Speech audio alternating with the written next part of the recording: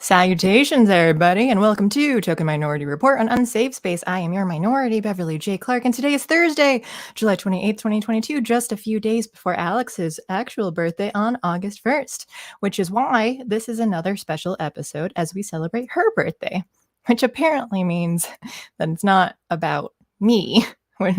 It's about Alex and not me, which I don't get. I don't get it. I mean, I guess we just have to talk about how awesome and smart and perfect she is. Like, she can't even eat cream cheese, you know?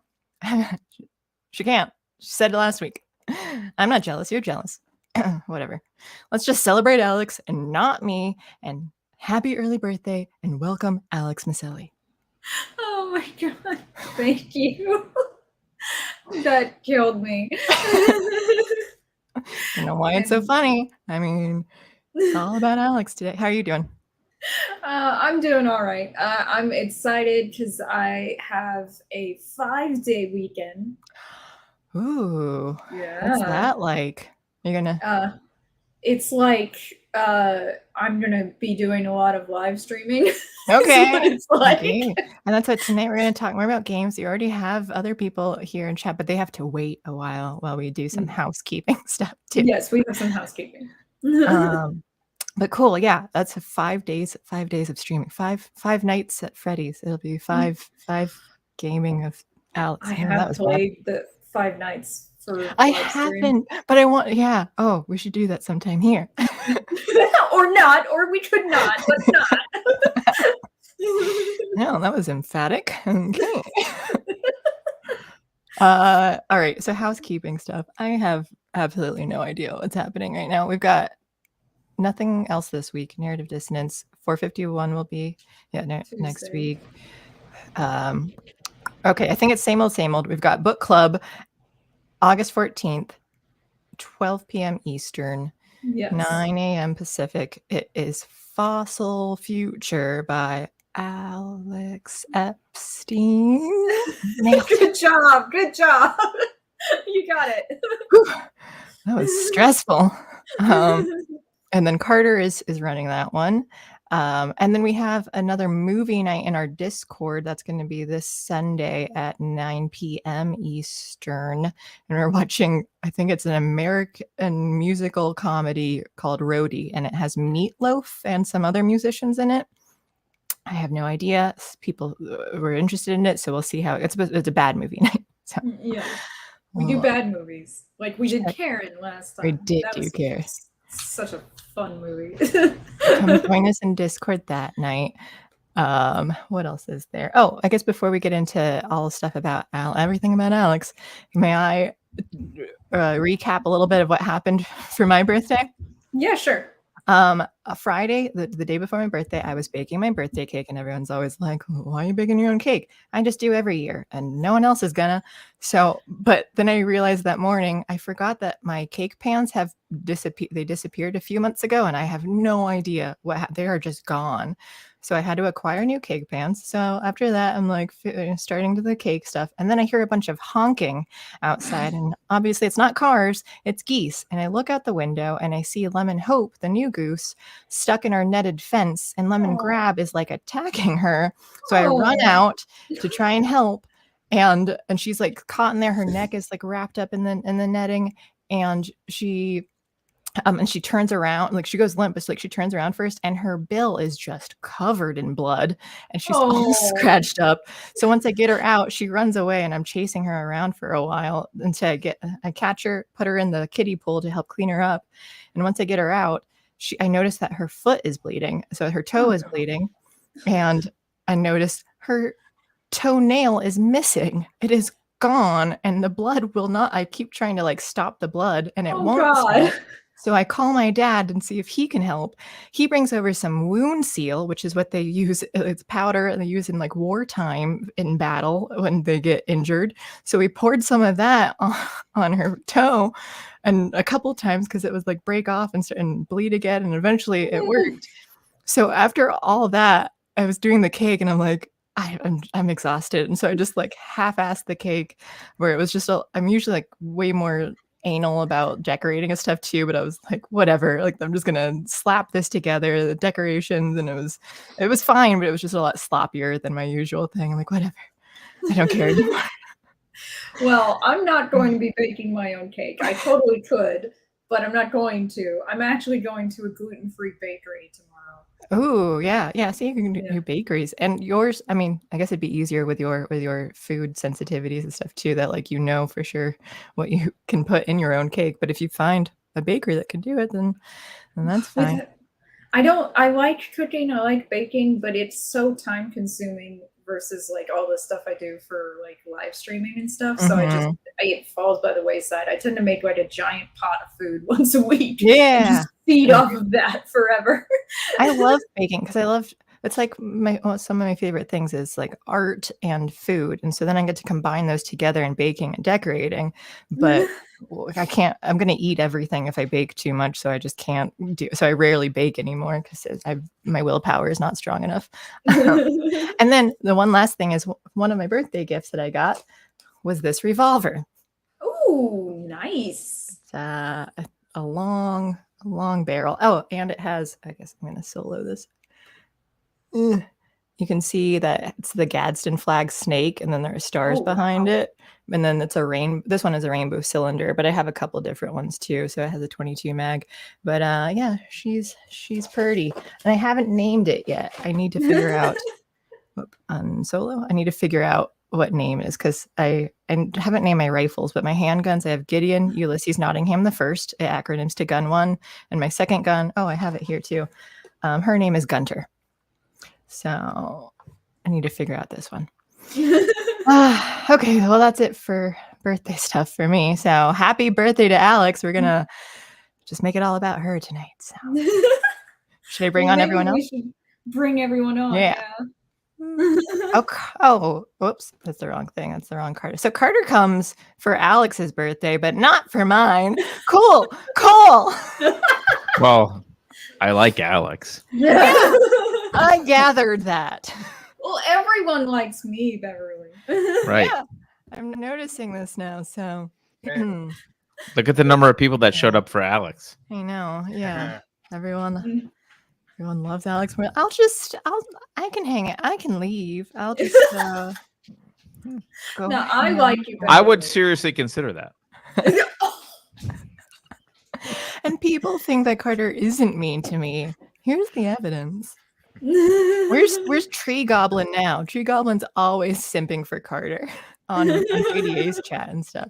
Oh, you already I thought he was simping for you. Who simps for me? No, it's Tree Goblin. Every time I go on to Jon Del Arroz's chat, he's always like, "Oh, it's not Carter," and he says, "Stop being mean to Carter.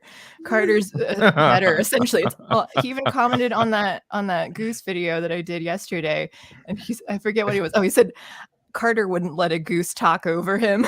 Yeah, he did say that. That was funny. I died on that short. That short made me laugh. That was a good one. Damn hard. This is just my life, though. They just talk when you talk. So it was like Missy. I had Stinker go downstairs to eat. She screams at me from there, though. She screams at every night on this show too. This is She to won't Alex shut up. too. V. Allen, buon compleanno. Have a good birthday. I think so. Maybe? That's it. I don't know. I don't speak any other languages. And Johnny Boy Quick Draw, it's Alex's pre-birthday, Yes. early birthday. Oh. Yes. So welcome. Hello, Joe, Coley, and Caleb. Hello. Hello. Hi. Thank you. Yeah, happy birthday, Alex. Thank you, Joe. Huh. Oh, John's here. Oh, I know that means I have to put him on Oh, screen. man. It's always showing up. What's up, witches and warlocks? Puma Fist here. Puma Fist out. Oh, that's a joke only for my audience that your audience does not know anything about. So there you go. I get it though. Those are That's the what- best kind, John. Thank you. Isn't it Inside great? jokes. Yeah. I just have a quick video to play for Alex. That's very deal. important to me. Please don't tell me it's a creepy person singing "Happy Birthday" again. Oh wow! You know, that's a good guess, but it is in fact a creepy person singing "Happy Birthday." Happy birthday to you. Again? Happy birthday. What is this? It's Let it a happen. creepy person singing "Happy Birthday." Dear Piper. Alex. Happy birthday Yeah, we to should've- you. And now in French. Bon anniversaire à toi. Oh yes. Bon anniversaire à toi. À toi, Alex. Bon anniversaire, cher Pipe. Alex. Bon Alex. anniversaire à toi. And many more. Okay, there you go. That's my contribution to your show. Reusing old jokes from last week. Yeah. You know Yeah, what? jokes They from never last get old, Beverly. People do sing "Happy Birthday" every year. I downloaded this Carter, video why don't we game that ditch you this guys and go drinking or Yeah. something? I'm down with that. I'm actually trying to. You guys were Which in game? Discord talking about this video game. What is it? Oh, the Dead by Tomorrow? Daylight. Dead by Yeah. Daylight. Oh, you don't. I couldn't get it installed on my computer yet. So. I did the Survivor tutorial, and basically I would be dead if this was real life. I'm really bad at it, and now I have the killer tutorial up. I don't think I'm going to be any better. For Why? what? Why were we? I kill this- at this game. Survivor. You're good at this? Yeah, or killer. literally kill. Okay. Like literally. So I played this for my channel for like a Halloween special, and like it was one of my gaming review first impressions, which I tend to suck at those because it's the first time I ever play them. This one, I actually I played the killer 3 times with random people, won every single time, and then Really? I played as I was like, well, to be fair, let's try Survivor, and I played the John Barenthal lookalike for my Survivor, and we all got out alive. So I never lost a match. Like, Wow. and I was like, this is fun. Although I've not had time to play it much, obviously, because Warframe and Destiny 2 are like huge time sink kind of games.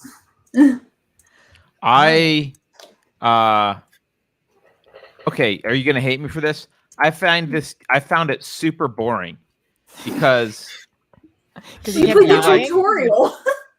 no, I no, but like it you're supposed to repair the generator, and I'm just retarded. I couldn't. It kept blowing up, and I'm like sitting there like this, trying to not check Twitter while I'm waiting for my guy to repair the generator, and then missing the little thing, and it blows up, and I got to start over. It was, yeah. Is this better? Is killing people better? Here, I'll go. I found it really fun, but you're playing I the always prefer it in tutorial. real The life. tutorial is not fun. No tutorial is fun. Yeah. Yeah, right. Fair enough, but still. Carter's way too high class for this stuff. Is what it comes down to. He's a intellectual think tank type of person, and so I recommend that we just, instead of doing this on the stream, we can just read Discourses on Livy by Machiavelli, and then discuss the passage. What do you guys think? That does sound better, but I want to defend myself. That's awesome. Yeah, I got a nice leather bound. I have a tool. whole Yeah. stack Oh of my Nietzsche God. over here we could dig into as well. Oh, beautiful. That was what Caleb's getting all excited. He mentioned Nietzsche. He's like bouncing in his seat. Yes, let's talk about Nietzsche. Here, I was look, I gonna say we have could- 3 new Nietzsche books I got the other day, and I have the Great Documents of Western Civilization. I mean, there's some good stuff here. We can do there you this. go. I've got Dr. Seuss over here. My favorite son. I just have Talk about guns around me right now. Never change, Joe. Never change. This is actually I have a my very monitor interesting resting topic. on a copy of Robert Greene's 48 Laws of Power because a paperweight is all that book is really good for. Yeah. Oh, That's sort of pop science stuff. You know, we're above that here. yeah. Coley, I'm what far did- too frou-frou for that. What did you Yes. say, Coley? I missed what you said. Oh, just that Dr. Seuss is also an interesting talk. Like if you go into his supposed political beliefs and then read between the lines of his children's books. It's very calming. Oh. Yeah. Well, I mean, all you have to do is watch that Lorax movie, and it's like, you're not really into humans very much, are you? That's not. I like the music though. The songs are fun. That movie was a mess, though. Even like Sure, if you yeah. from a plot perspective, like not just ideologically, it was just really bad writing. But how bad could it be? How bad? Exactly. On there. Is it Isn't bad Dr. enough Seuss- for bad movie night? That's the question. Ooh. Isn't Dr. Seuss being canceled though? Like, wasn't he canceled a while back? He got Oh, canceled. why was he? What did he had do? like Asian. He had Posthumously. Asian characters or something in his. There was also Oh, I there were remember that. 4 Yeah. books that they hated specifically. One of them though was a really good book about like I want to say like not hiding intolerance with tolerance or something like that. Something one of his books. A Dr. Seuss response to Marcusa, like that kind of a. Yeah. Like it was like they kind of hate that book specifically, and like a lot of places are like, we're not going to carry it anymore even. And wow. It's like, all right. wow. Like he was a lesson children's story writer, and some of his lessons they don't like anymore. Yeah. Well. Housekeeping point of order. I just saw Carter's message too. So it's not a live narrative dissonance on Monday. You're pre-recording Sunday, and we're airing Monday. Oh yeah, you didn't have to announce that. I mean, you can, I guess. I just did. It's too late. People should know. Sure. Now they know. Re-recording. Yeah, because one of the panelists can't make it during the live time because of work. So, but she can do the day before. So that's not a fun birthday conversation. Surprise, Alex! I thought this was going to be a fun stream, and I was just going to like join and sit back and watch the frivolity. Are we going to take shots? You know, we can do shots. What do we have? I am drinking. Are you? Oh, yeah. I've been saying. My friend got me one of my favorite beers. I should turn my lid. Boulevard Whiskey Barrel Stout, Imperial Stout, and it's like it's only 4 bottles, and I've been saving it, waiting for this long weekend to start drinking it. I'm like, because it's so strong for me, so I can't drink it the day before I have to go back to work. I have Mike's Hard Lemonades. Oh, I like those. Those are good. I like those delicious. too, actually. They're great. Girly. Like the Jack They're Daniels refreshing. fruity things. I know an actual biker who loves those Mike's Hard Lemonades. He's got no problem drinking them. He's all like, whatever. Like, I like them. Same thing with like fragrant soaps. He's like, nope, I like it. Like, I'm gonna do it. And it's like, why would you choose non-fragrant soaps? Yeah, but high-end fragrant soaps. He's like real serious. Fancy. About it, so. Oh. Okay. But he's cool about it, so. Too cheap for that. Oh no, I'm not too cheap for nice soap myself.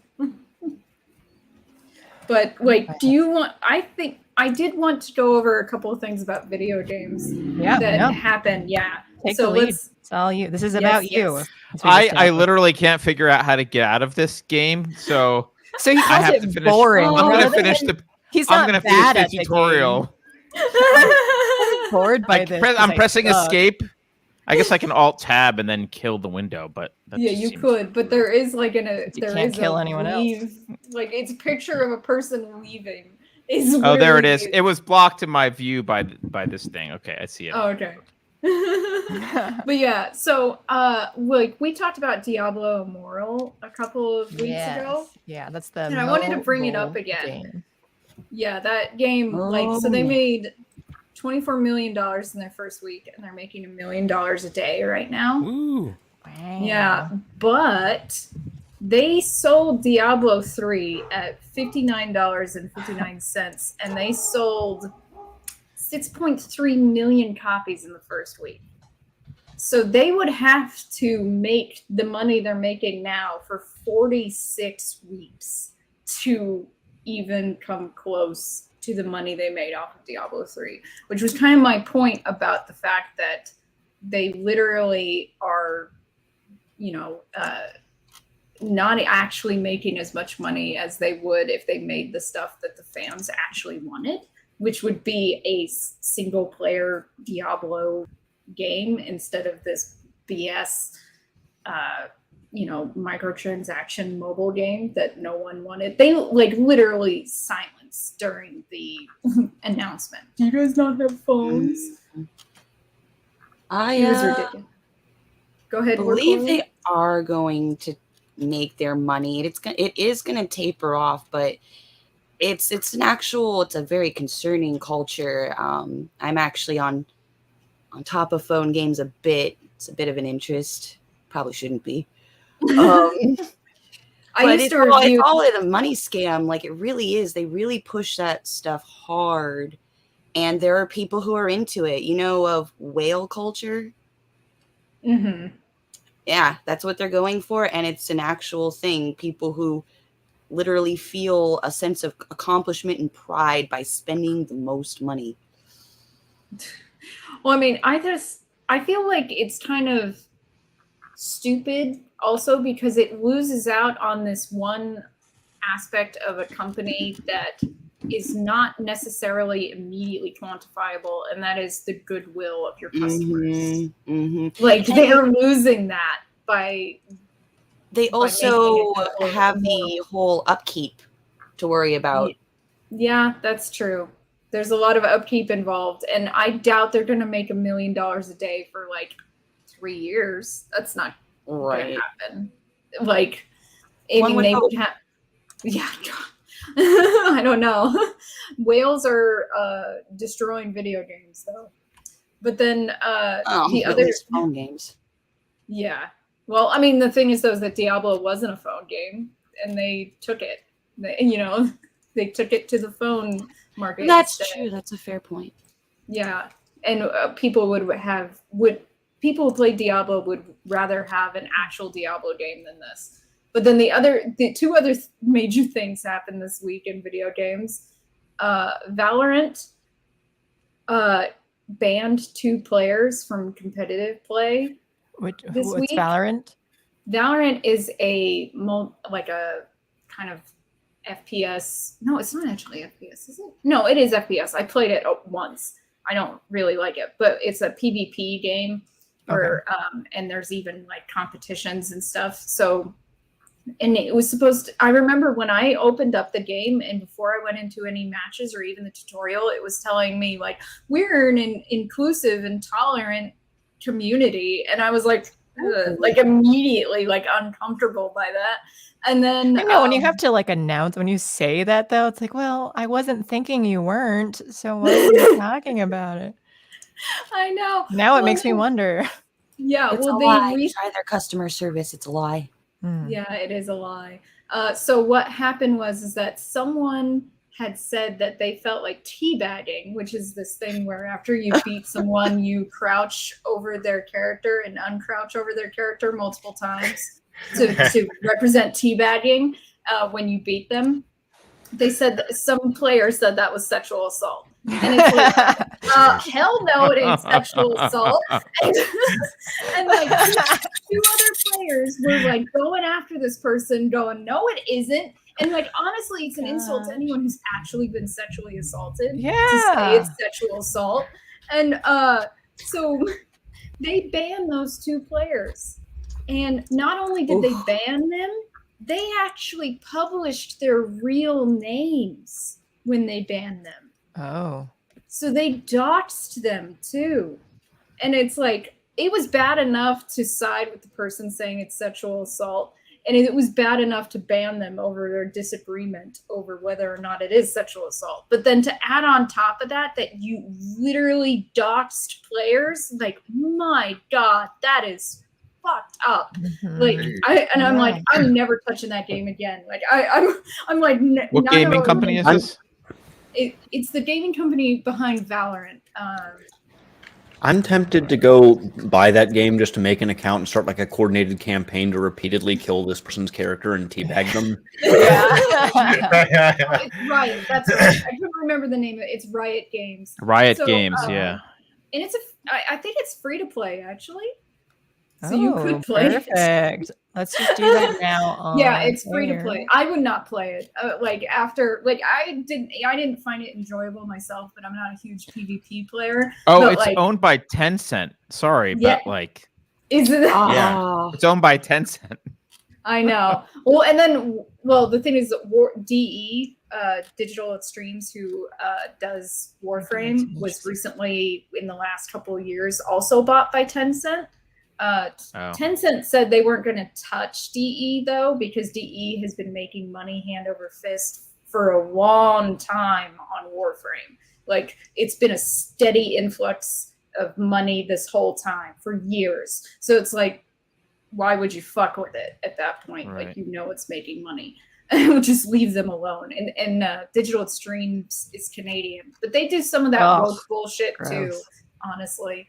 Every time they have like some sort of meeting, they're like, we're not in the office, or, oh, we all are vaccinated. And I'm like, oh God, I just don't give a shit. Just shut up and talk about the game. They do that every time. Yeah. And when Tencent bought them, everyone was saying, well, RIP fucking Warframe, like everyone. But it survived, like, because they didn't really do anything to Digital Extremes. Is that going to hold out for the future? I don't know about that. Like, it could change.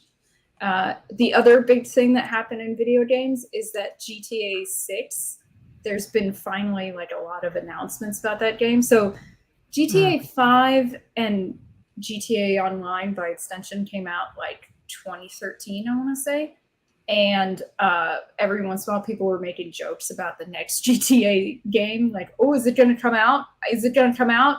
And like, finally, there's actually info about it because Rockstar has actually been saying stuff about GTA 6. That's the name of the company. And the problem is, though, is that they're like, we have a woman of color as a playable protagonist now. And like, most people are like, yeah, we don't really care. Like, this is the game where you kill hookers to get your money back. But now they're black trans hookers. Yeah. We need to make sure that we kill everybody equally, okay? Yeah, inclusion in all the murder. Inclusive murder, yeah. Yeah. And the problem is that they're basically saying, though, that they're going to get all the potty humor out of the game, all the 13-year-old boy humor. And it's because to be more inclusive to women. And it's like, by the way, there are women playing GTA Online already and GTA 5, and they don't give a shit. In fact, some of them enjoy it. Okay. This thing's sales are going to tank. Oh, so the community is already like, are you fucking kidding me? That's half the reason why we come here. Like, this is the game where you kill a hooker to get your money back. Right. Yeah. And they recently released like actual content for GTA Online, which is something they just don't do, by the way. They're really terrible about that. Where they have like AirPods, essentially AirPod knockoffs, but they call them beat-offs. And it's like, oh, is that the kind of humor you're not going to have anymore? That's at least 14-year-old humor. Exactly. But like, we're going to take all the butt jokes out of Beavis and Butthead, sort of thing. And all they want to score shit, Butthead. Like, take all the fun, all the things that you love about something out of the thing that you love. Right, exactly. Well, they're already skin suiting GTA for the next one. And my problem, a lot of the leadership of GTA Online has left, by the way. But like, a big part of the problem with Rockstar and GTA is that like GTA Online is the most money-making piece of entertainment of all time. Like, that's not me being hyperbolic. That is the absolute truth. They've made more money on that than any other piece of entertainment in the world, in the history of the world. The problem is that they also have 2,000 employees, and it took a random modder making a mod for GTA Online to fix the loading issue. And then there's the VPN problem where you literally have to have a VPN on when you play GTA Online, or random people can figure out your IP address. That game is fucking awful. I don't know how, like, the only reason why it's so popular is because of the shit you can do in it. And the fact that they're like, we're gonna solve these like culture problems, which are the attraction of the game, instead of the actual problems that we have, like the security issues and the loading problems. Like, it's ridiculous. They hardly ever put out content for it as well. It's just an absolute mess, and they have no excuse because they've made so much money and they have so many employees. They could solve all these problems, but they just don't. I can't remember. Oh, go ahead. I was just going to say, I don't remember if it was GTA. My old roommate, he'd play these games, and so I don't know. And No Fun, No Hope mentioned Saints Row. It's the superior series, super irreverent. And I don't remember which is Saints Row, like the more silly one. I remember playing a little bit, and I had a really big purple dildo that I that's Saints Row. That's not. And then a bazooka. So I think I shot a hooker. I heard Beverly talking about dildos. What's going on? John is back. Yeah. Huh? Them back in. So yeah, Saints Row. So you can't do that in GTA though, because that was the fun part. Was there's something funny to me about building an entire game based on a violent dystopia, but also trying to be sensitive. Yeah. You're stealing stuff, and like, of course, you're going to be terrible. The entire game is let's glorify violence, but we won't punch down with our jokes. Right. Even criminals aren't bad enough to stop using pronouns. So right, yeah. That's what they care about. I'm gonna go shoot him. You mean you're gonna shoot they? Oh, yes. Thanks, bro. I'm still doing. I still got a lot of work to do. Yeah. Well, that was a thing too. Is that like when one of the problems is the name of the game is Grand Theft Auto, and some of the cars in the game and online you can't steal and have. You literally have to buy them with the in-game money to, and it's like the name of the game is Grand Theft Auto. Purchase auto. Buy this fucking auto. Like, this makes no sense. But it's only so they can sell shark cards. Like, that's so much of that game is built on the shark card market, which is their like, oh, you pay real money and you get money in game. And it's one of the reasons why I think a lot of people didn't like Red Dead Redemption 2, the online version of it, because that's also by Rockstar. And first of all, it's jank as fuck, which I was so unsurprised by, considering GTA Online is so jank as well. So I don't know, like, I thought Red Dead, the follow-up to this much beloved game, and the online version was just lackluster. And it's, to be honest with you, it was unsurprising that their like newest game was lackluster, considering how little effort they put into maintaining GTA Online. Like, it's completely unsurprising.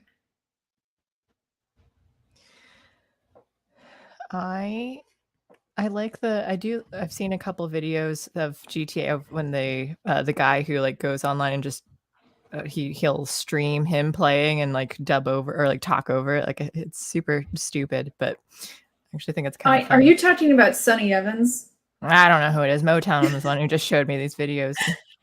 He makes the best GTA Online videos. Oh, okay, yeah, it might be. Yeah, his most famous video though is from a Red Dead thing where he's like, "Can you walk a bowl of stew across the map without spilling?" Yeah. Nice.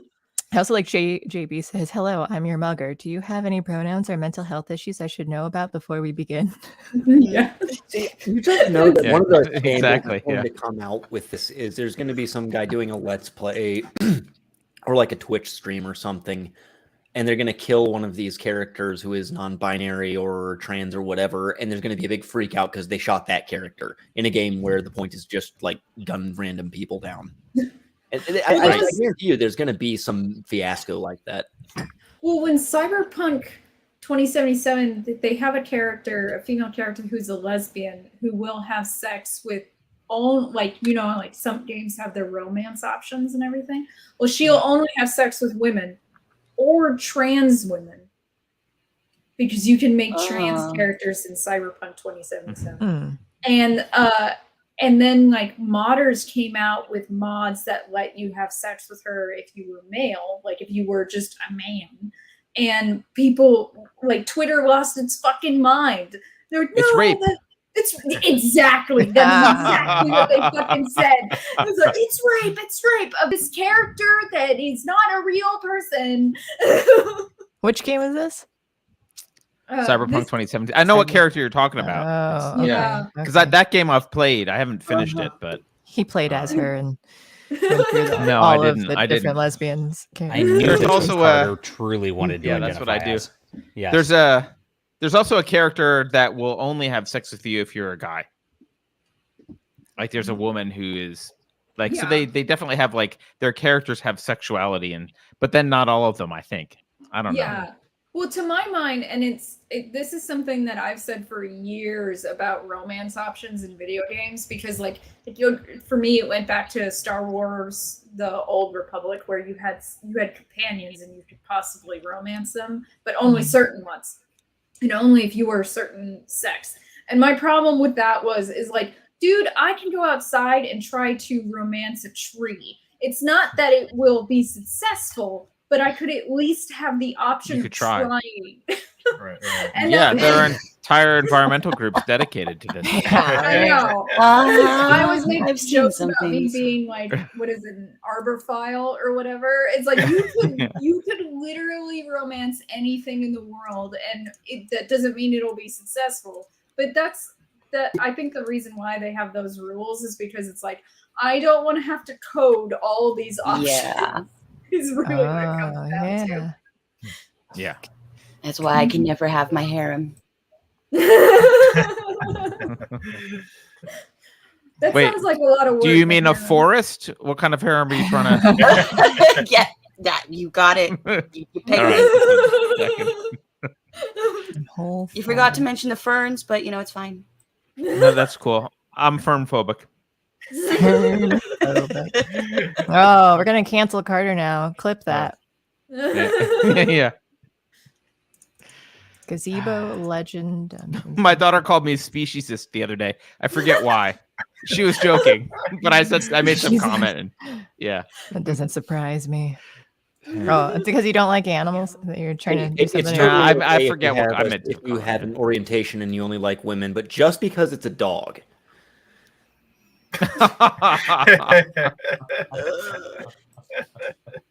I'm sure that'll be okay already if it's not soon. I mean, whatever. There's already dog stuff that I That's fine. happened to come across the other night. Oh on god, accident. yeah.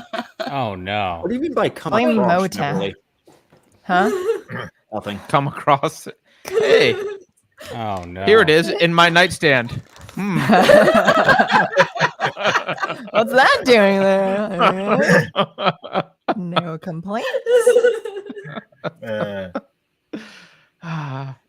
I know that I am probably one of the people the most obsessed with video games on this channel, or even in this stream. So Wow. my other big passion is romance novels, and I don't think anyone else here reads them. So I mean, right now you're speaking my language, so I am. I have one about 65% written, Alex. Really? Yeah. I'm doing it. I will definitely read it. I'm a huge I- connoisseur. I of- figured I should use the Latin lover thing to like my benefit and actually go for it. So I'm also doing it under a pen name as a woman because I figure it'll sell better. So They do. Sure. Yes, of course. What's the name Yeah. gonna be? Can you do it Joan? Can you do it under a pen name as a trans woman? Yeah. no, that's not gonna Gonna work. be Joan Del Arroz. Jon Del Yeah. Arroz. I'm just gonna switch your next time we hang out. I'm switching the pronouns though. I'm using calling you she. I'm using Daniela Acera because that's Danielle Steele, but Spanish. Oh yeah. Yeah. Which Nice. okay, when I was Subtle. in grad school, I did a project on romance. My dog is novels. making noises like he's knocking things over off my counter. Maybe Sorry. Beverly's texting him. Oh geez. Stop texting my dog, Beverly. Yeah, when I was Take in a grad video, school, I did a paper on romance novels, and I read 8 different romance novels from like some major authors, like people, really successful people. And one of them I tried to read and yeeted out of was Danielle Steele. I was like, this is shit. Like from the beginning, I cannot like. And that was one of my points. Was that like? Isn't it just a brand name and there's like 20 different authors? You just pump those out. Are there? I think it is. I feel like I heard that. Yeah. That would And make sense. The one, yeah, because there's no way that it's as many as that anyone could write that many fucking novels, honestly. Well, and then like, Well, if they're bad, I bet you can get a lot out though. Like, does it take a lot well, and of then talent? like one of them I did was Janet Daly, and like Janet Daly, this happened years ago. This happened before the internet. She was huge. She had such a big following. She was gonna like, you know, maybe edge out Danielle Steele in the numbers. And this is like non-Harlequins. And then it turned out she got accused of plagiarism. And it wasn't just like, oh, you stole my general concept of the meet cute and the relationship dynamics and all that stuff, which is so like No it's so one's ever easy said to that. follow along the same lines on those like constantly. Yeah. But no, literal pages stolen. She had to sell her giant fucking house because she ended up having to pay out some money, and Wow. that was pretty bad. Wow. Yeah, Well, that didn't happen to 50 Shades of Grey. No, I know. That one's a funny one to me. Wait, what did because 50 Shades copy? What did this person? Twilight. Twilight. Yep. Oh, really? Was It- it? it's a I never Twi- read yeah. either one of them. So read I- So It's I a read Twilight all- fan fiction. Always I- call It's not 50 just Shades of- Twilight though. She also stole from the wait. She also stole from the movie Secretary. Now, to be fair, Stephanie Meyer stole the concept for Twilight from the TV Wait a show minute. Roswell. I did see Secretary. Roswell. Oh. You Roswell. pervert. Are you saying that they stole from Secretary just because there was some S&M in it? The And it names was like of the guys are almost exactly the same. Oh, Quick question for anybody who's who is more schooled in the ways of like a Harlequin lore than I am. Does Twilight predate that movie Underworld? No. Oh, when did Underworld come out? Oh, it's very I was similar, a isn't teenager. it? I was very young. They're very close. You're right about that, but their Underworld predates Twilight. Because I mean, Yeah, Underworld is a yeah. vampire lady and like a werewolf man, right? Yeah, Yeah, it is. yeah, it is. Yeah. And I mean Oh. that's I think that, you know, if I can pontificate here for a bit because that's my favorite thing. I kind of feel like the whole kind of like hot topic goth vampire werewolf romance thing really goes back to Anne Rice. Yeah. And Sure. I remember reading Anne Rice and thinking, wow, this has to be the wellspring of every like Moldoth type vampire werewolf romance that I've read. But my question is there anything like is there anything like before Anne Rice? Like, does this have even deeper roots, or is Anne Rice? I pretty mean, much isn't all vampire stuff kind of like that though? All Yeah, the if way you back to read- Dracula. Yeah, I did a lot of study on Dracula and vampires and fiction when I was in grad school for some like gothic literature course or whatever, and like all of it's sexual. There is not a single one of them that is not sexual. Like even if it's gothic literature was almost entirely like, we want to talk about sex. We're not allowed to talk about sex. So let's find a new way to talk about sex. That's like almost. No, I think all that of makes that makes sense though, right? Because the vampire is like if you didn't have a prefrontal cortex, like if you didn't have the soul, right? That's the whole idea. It's all of your desires. So it's like it's a very lustful and indulgent persona. So of course it's going to be, they're going to drink and they're going to feast and they're going to have sex, and like that's part of what the vampire is. It's my plan for tonight too, Carter. Actually, it's funny you should say that. Go ahead. I made a joke. The moment's over. It's too late. Oh yeah, it's totally over. By the way, I want to, Caleb, just so you know, Underworld is 2003 and the first Twilight novel was 2005. So it's a complete ripoff, because Underworld is a love story between a vampire and here's the deal though. Like, I think she was writing it because like the way that TradPub works is like they write it and it takes a couple years to get through their system to get published. So it might have just been the same thing at the same time. I mean, it's not like those are like super unique ideas, either of them. Fair enough. Fair enough. I would say the True It's Blood Romeo and series. Juliet, it like transported into the goth world. Yeah. Yeah. But Well, Carter, and then to what True you were- Blood is a little bit closer even to Twilight than I would say Underworld is, because True Kate Blood Beckinsale was fucking hot though. I mean, like, who was the chick in Twilight? Not so much. Kristen Stewart? Oh, God. No. Kristen Stewart, yeah. I don't know. If there's a I'm parody with John on movie, that one. Yeah. Yeah. There's a parody movie called Vampires Suck that the actress who plays the Kristen Stewart like character she's creepy in how much she copies Kristen Stewart's mannerisms and like way of holding her face and everything. That And sounds it's funny. almost like you're watching Kristen Stewart instead. And it's like uncomfortable. That's a really funny movie too, by the way. It's kind of funny, Carter, what you said about vampires, that it's like somebody who lacks a prefrontal lobe. Well, I mean, my understanding of the vampire lore generally is it's like this synthesis of all of the don'ts in an oppressive culture, right? So it's like they don't have to follow any of the rules, and in a very restrictive culture, like No that's conscience. stay up past your consequence. bedtime. Yeah, no consequence. They don't have a soul anymore. So it's all the indulgent things that religion is allegedly there to restrict us from doing, but it's what we would all want to do if we didn't have a soul to worry about, right? Well, representing our desires as monsters is like such a deep running trope that's almost like Jungian level. Like even a little kid's book, like Where the Wild Things Are, right? Mm-hmm. What are the wild things? It's all the stuff inside this kid that he has to learn to control. That's what it is. Like he goes to sleep, he goes to the wild things, he puts them all in line, and then he's ready to be well behaved. Like well, and you see that in Greek mythology. It's super old, right? Like, so yeah. I mean, I think that is there's always been this struggle philosophically to understand like this dichotomy of like your primal desires and emotions, the animalistic side of humans, and the rational kind of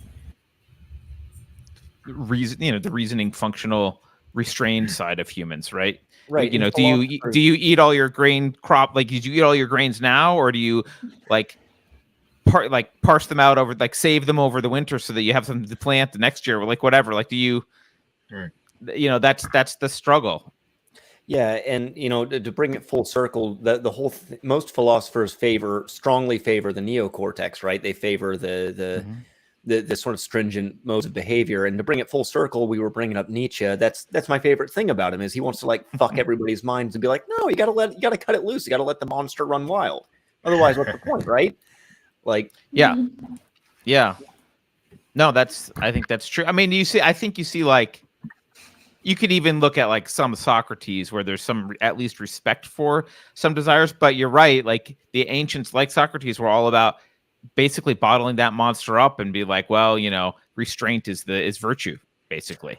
Right. Now, if I can backtrack a little bit to what you were saying about like vampires being basically animalistic Alex? desires. Yeah, I am. I'm just laughing. Don't die. She's before your upset. actual She's birthday. upset Try that and this make is it her birthday 35, party. Alex.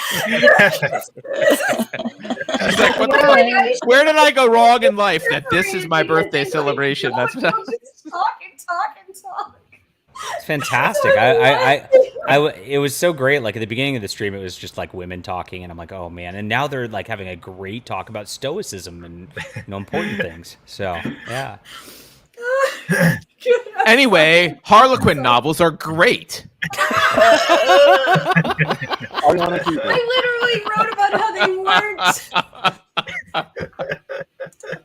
No, okay, but here's the thing though about Gothic literature specifically. If you want to talk about like monsters and the inner the id and everything, is that Gothic literature was almost entirely about what they called the fantasy. The desires that you have unspoken. So like even something as it's not very supernatural. Supernatural as Dr. Jekyll and Mr. Hyde. And that's the thing, is that this is one of the things I hate, is that they tend to equate that story to borderline personality disorder. And my problem with that is that no. Dr. Jekyll seeks out being Mr. Hyde. Even after he learns what Mr. Hyde is, he literally takes the drink, he does the serum to become Mr. Hyde on a regular basis. He's seeking out the opportunity to be an asshole, essentially, and do what he wants. So, like, almost every single one of these stories is about the idea of letting your id just become unleashed, which makes sense for the time period. Like Victorian age writing, society was so restrictive. Like, no one could be even the little bit is like free in anything. So it's like, of course, most of the writing was about figuring out a way to let loose.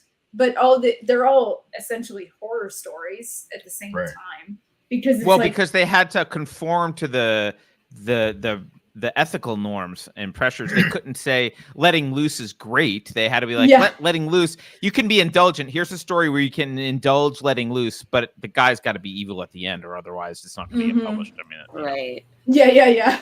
I mean, the picture of Dorian Gray is that too. The picture allows him to do all these horrific things without it affecting his, actual visage.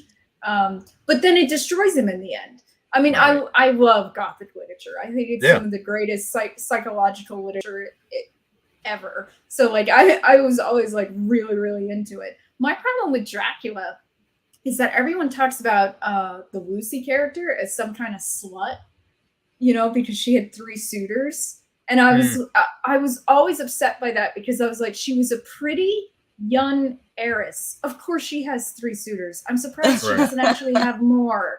And on top of that, her suitors she was in the book as kind of like a plot device, honestly, because the 3 men that they needed, a nobleman, a member of the peerage, a doctor, and an actual hunter. Yeah. They need all 3 of those types of men to be able to take Dracula down. That's right. What's the easiest way of getting all those men to care about this problem? They all fell in love with the same woman. Like, it's really, like, to me, it's really simple. That doesn't make her a slut. Like, but that's, even in academia, everyone talked about what a slut she was. And I was like, it's like really easy the assumption that she's fucking all 3 of them. Yeah, she's not. Right. Suitors are different than lovers, I thought. Yes. She has one moment where she says she wishes she could marry all 3 of them. And that's their moment where they go, and it's like, but it's too. So what? That's like a normal person. I wish I could have my cake and eat it too, but I can't. So I feel like she doesn't want to break all their hearts, is really what it is. She's like, she feels bad. They all like her. They're all great men, and she still has to make a choice. To her, it sucks. So it's like in a way that it's like, oh, these abundances are so like paralysis of choice. But yeah, like, I think it's like a normal reaction to go, I don't want to break the hearts of these 3 men, but I have to break someone's. Which book is this? It's also Dracula. Okay. It's also just a normal reaction when faced with, even if they're good choices. If someone's like, do you want, this great thing, that great thing, or that great thing, and there's 3 different choices, you're like, well, I wish I could have them all. Of course you do, but you can't. So you make a choice. Like, that's not a failure. I don't think you can call it a moral failure to have a desire. It's what you act on that matters. Isn't not what this you where the desire. Mormons have an advantage, though, Carter? They don't have to make that choice. They do now. Oh yeah. There are certain splinter sects Right. of Mormon that are still around in Utah, and they can still do that. Fundamentalist Mormons do that still. They can also drink because they split off before the prohibition on alcohol. Wow, so they can get that's drunk. smart. I'd like to announce my return to religion. Praise be Joseph Smith. Yes. I mean, I feel like a lot of these analyses of classical texts are frankly kind of porn-brained. I mean, you see the way people read these things, and it's like, you need to watch less porn, dude. Like, she likes all three of them, so clearly she's getting spit roasted on the regular. No. Well, also, too, I mean, she's young, so it's just like, I don't remember. It's been a while since I read Dracula, but she was like, I don't know, probably late teens or something. So it's like, yeah, I don't blame a young girl being like, yeah, all three of these guys are hot. I wish I could have them all. But yeah, she's young and dumb, and she's becoming a woman. Who cares? Like, so. But real quick, hey Alex, or any of you have read that story, the Great God Pan by Arthur Machen? It was a Victorian era Gothic novella. I don't know how to read. No, that one. Oh. I can't read either. Sometimes I have a background with a bunch of then books. writing Is there a romance YouTube novels video is perfect for you. reaction to it. You know. Well, the reason I asked is because it's actually a pretty disturbing, sexually disturbing story, and it was written by Arthur Machen, who was very Christian, but it was actually pretty controversial when it came out in the Victorian era because of how sexually scandalous it was.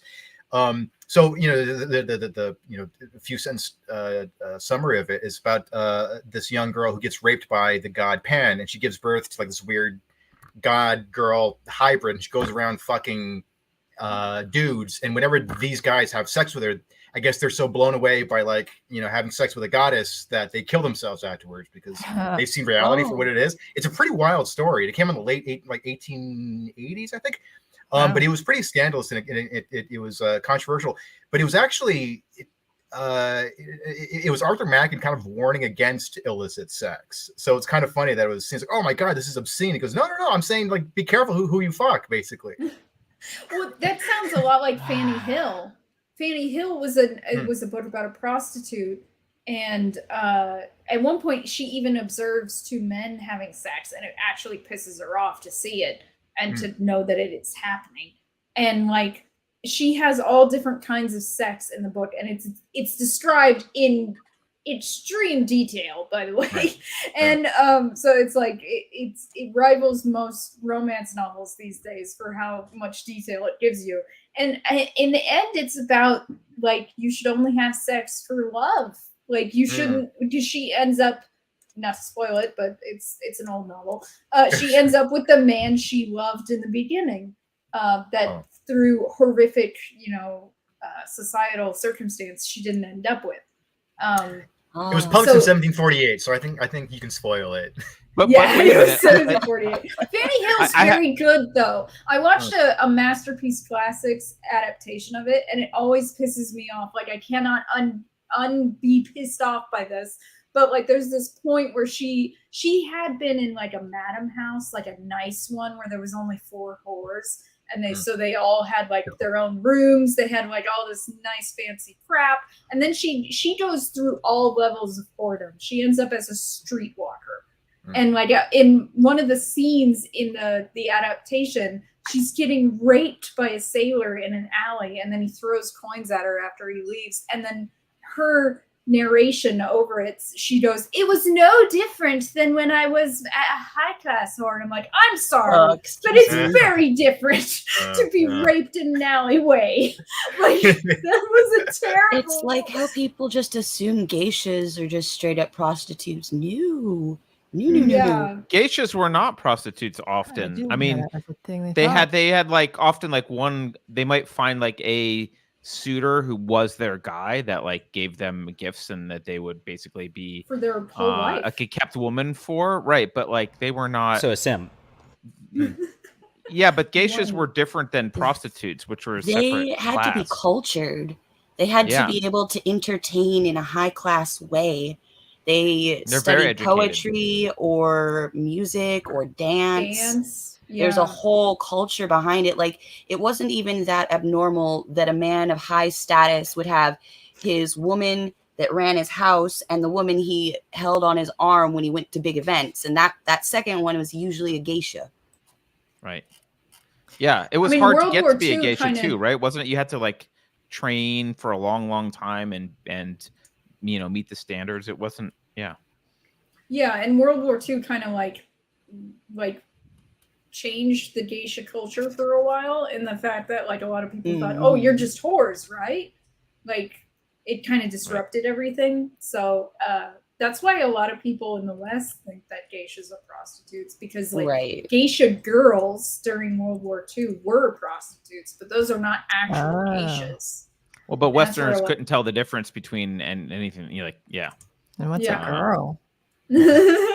Right now, we don't even know unless you're a biologist. Hey, I want to just do a couple super chats if we can, real quick.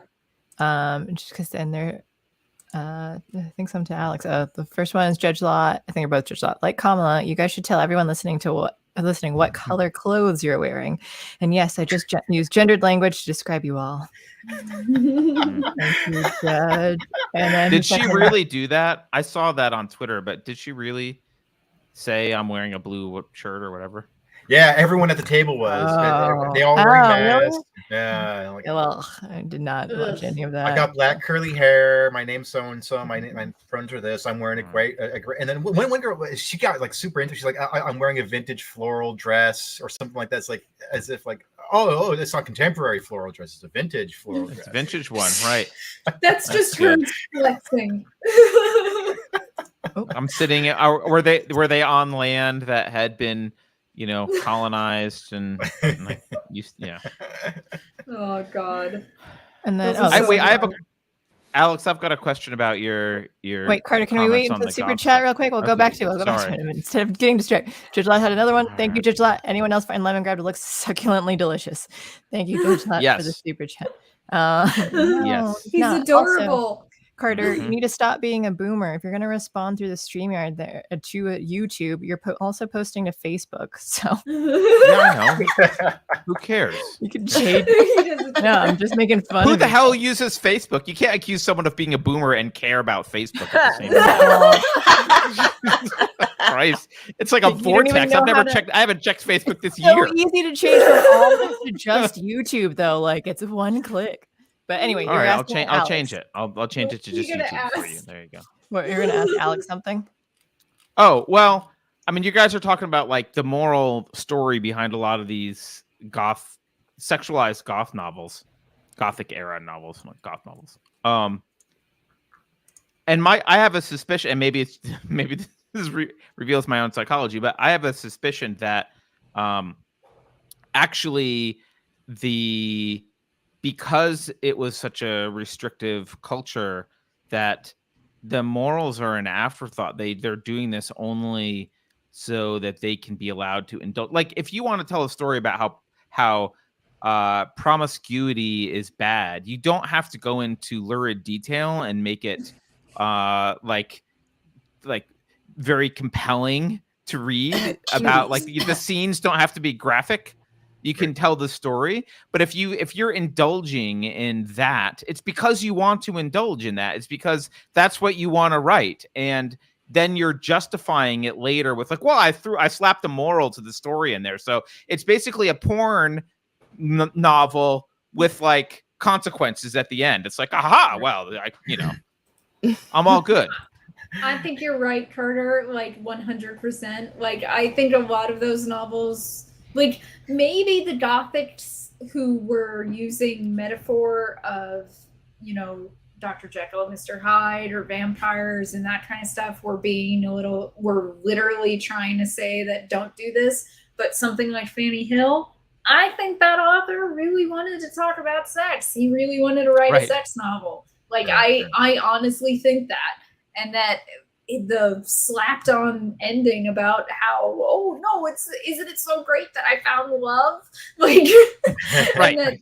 and the best sex I ever had was with the man I really truly loved. Like, I think that was just a way of getting published and like a way of saying that, yeah, see, I'm doing the right thing. Yeah, it's like the priest coming in at the end of porn, being like, "You guys should really get married," and like, "Yes, that's better." All right. Well, yeah. There's a Simpsons episode where there's a burlesque house that opened up, and it causes controversy in town. And Principal Skinner gets caught going there, and he goes, "Oh, but I was only there asking for directions on how to get away from the burlesque house." Is this right? Exactly. I was only writing about the joys of gay sex because I'm talking about how bad it is to have gay sex. So. Yeah.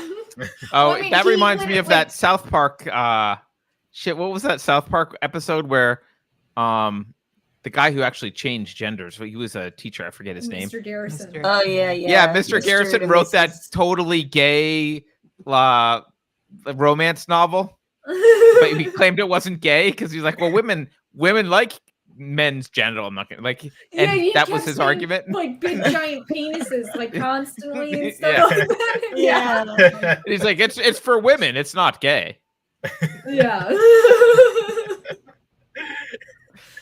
I mean, he was always one of my favorite characters for like when you were talking about like social implications of things, because there's the part where he does go trans and Mr. Slave is all like, I'm gay, and like leaves him because he's all like, you don't have a penis anymore. I don't want to be with you anymore. Like and that was so long ago that when that episode came out that it's like they literally said it so long ago that gay people don't want to have sex with someone claiming to be, something they're not. Like, and then like, well, now we know that it's only bigoted gay people who don't want to do it. Yeah, but have a genital preference.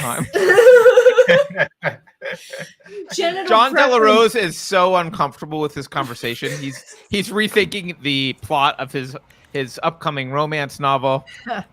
I'm just thinking you're all a bunch of degenerates, and I disavow.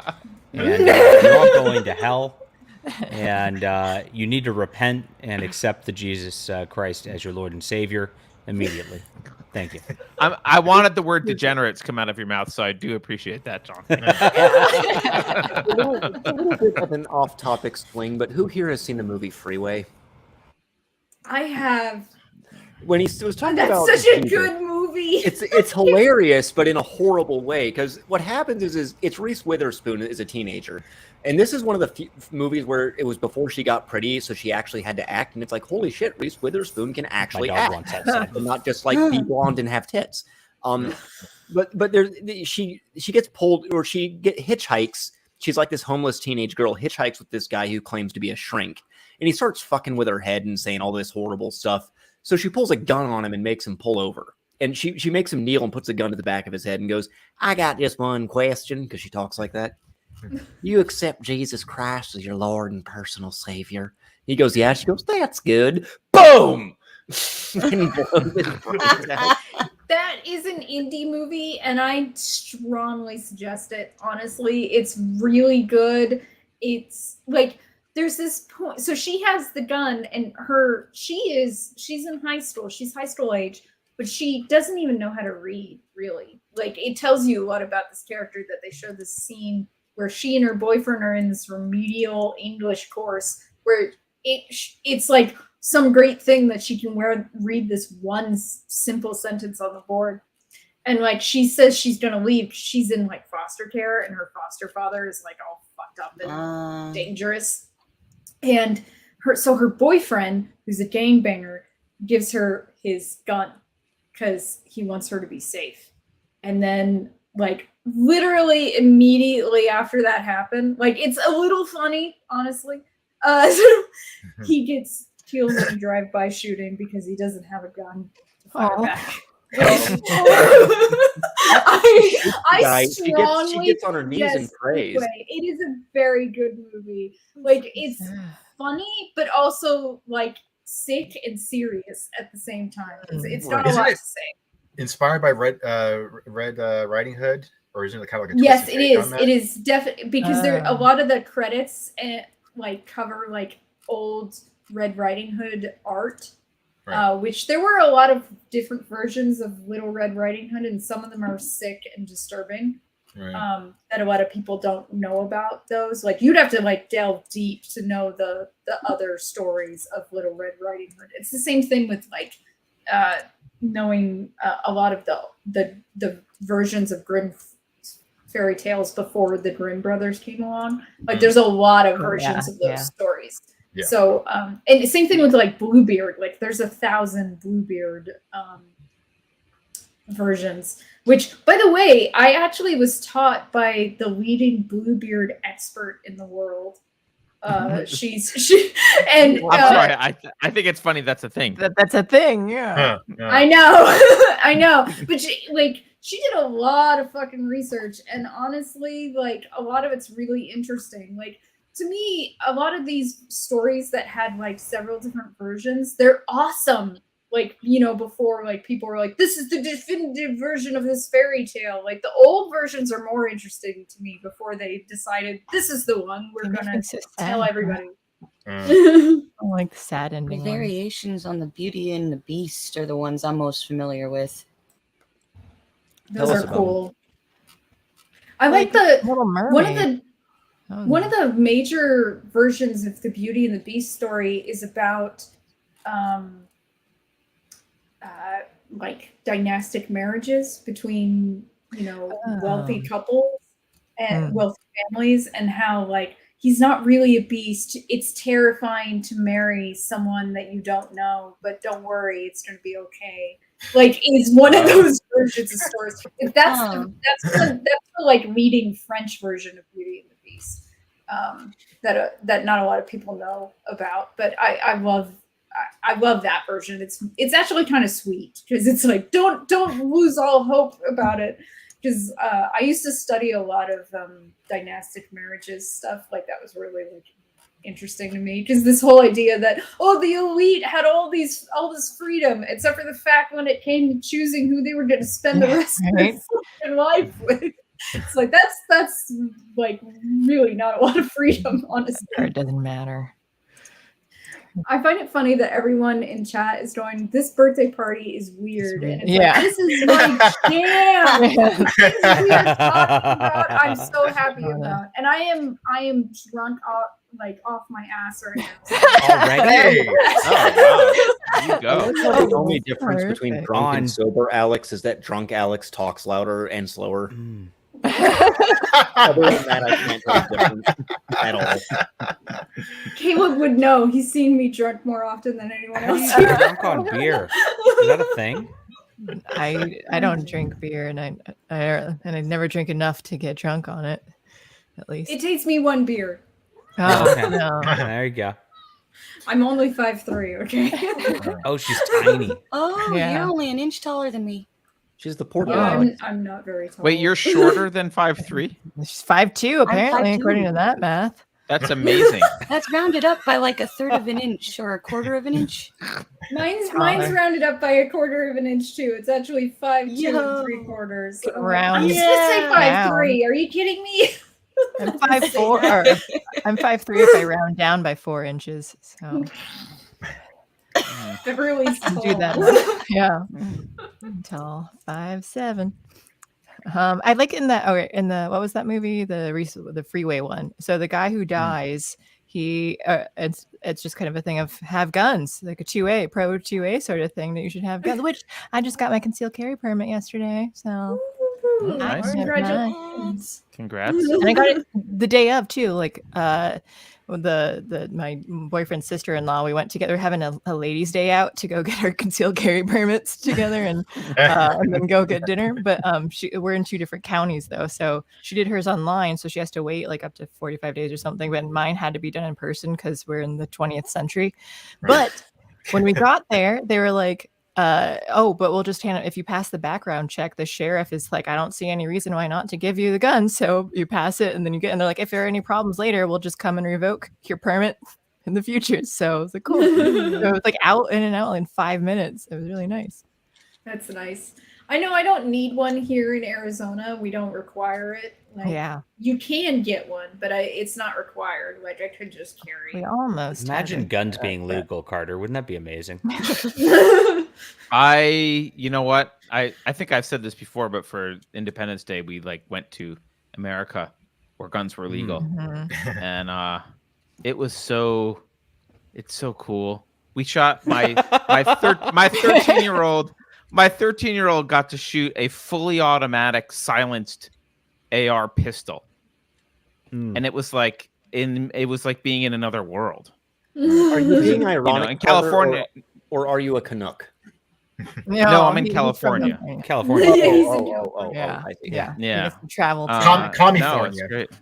Yeah. California. Is it bad that when you said I know I'm in California, I thought, oh, he's not being ironic? Right. Yeah. We're not. Yeah. No, I'm being serious. Yeah. Poor John and I are stuck here. Actually, wait, Joe probably is too. Is Joseph? Yeah. Oh, you? Yeah, I'm in LA. Right. I'm in Wow. I live San in Diego. I don't really the States. associate with LA though. Like, it's a different thing. Yeah, you two No are offense. down south. That's different. San Diego's like almost a nicer. decent. Yeah. It's not like San Francisco and LA. Right, There's right. like, Yeah, but we're highly affected by what all them vote anyway, so. yeah, fair. Mhm. Yeah. I'm not allowed to keep my car in front of my house for more than 3 days, or they call it abandoned. What if I only go somewhere like once a week? What the heck? When I Like, what if you when I work was from in home? That's so shitty. no. I used to live in Exactly. downtown San Francisco, and I would go on business trips and come home. My car would be towed because Oh my like, gosh. Yeah. I was by myself, so it's not like I wasn't like married or didn't have a girlfriend, so I had no one to like move my car. I would park and like go away on business and come back, and my car would be towed, and because it was Jesus. exactly the same problem. You couldn't stay for more than 3 days. We have And the two same You thing. dogs. really don't back want your then, car Carter? with Or do toes. you like- It needs wheels. Huh? I was gonna say, was it cheaper back then, or do you just like shit gold coins to live in downtown San Francisco? It was horrible, but it was much cheaper. So when I moved to downtown San Francisco, I'm going to date myself, but like I had been living in No one else Jersey, will. which, yeah, I know, nice. Well, once I get to be Mormon, it'll be fine. Oh. That's true. The Mormon advantage. But yeah, I think I was paying like $400 or $500 a month for a condo in rent. And then I moved to San Francisco, and it was like $1,200 for the crappiest studio in the crappiest part of the city. And now I think that studio is probably $2,500 at least. It's probably minimum. Maybe Yeah. 3,000. Yeah. So it was a while ago when I was there. But I've never Crazy. paid that much. You're like in the 40s ever. or something? Mm-mm. yeah. I moved to San Francisco in early 2000.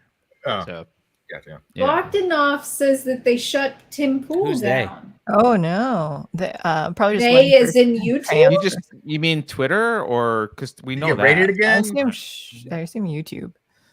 I assume YouTube's- YouTube too. Oh, yeah, He or usually maybe they streams got at spotted. the same time we do. He's still on YouTube. I just inconsiderate. searched him. His channel just showed up. Channel's there. Yeah, me too. He's not live at the moment. Maybe they Wasn't, should. wasn't he getting like rated a bunch of times? in the last- Yeah. Oh, yeah, he's Yeah. been swatted like 6 times now. It That seems many like. now? Yeah. Yikes. Poor guy. Missy's I remember upset there was too. a topic I actually was interested. I click on it, and 3 hours of it is just an empty room while cops are checking for bombs. Oh.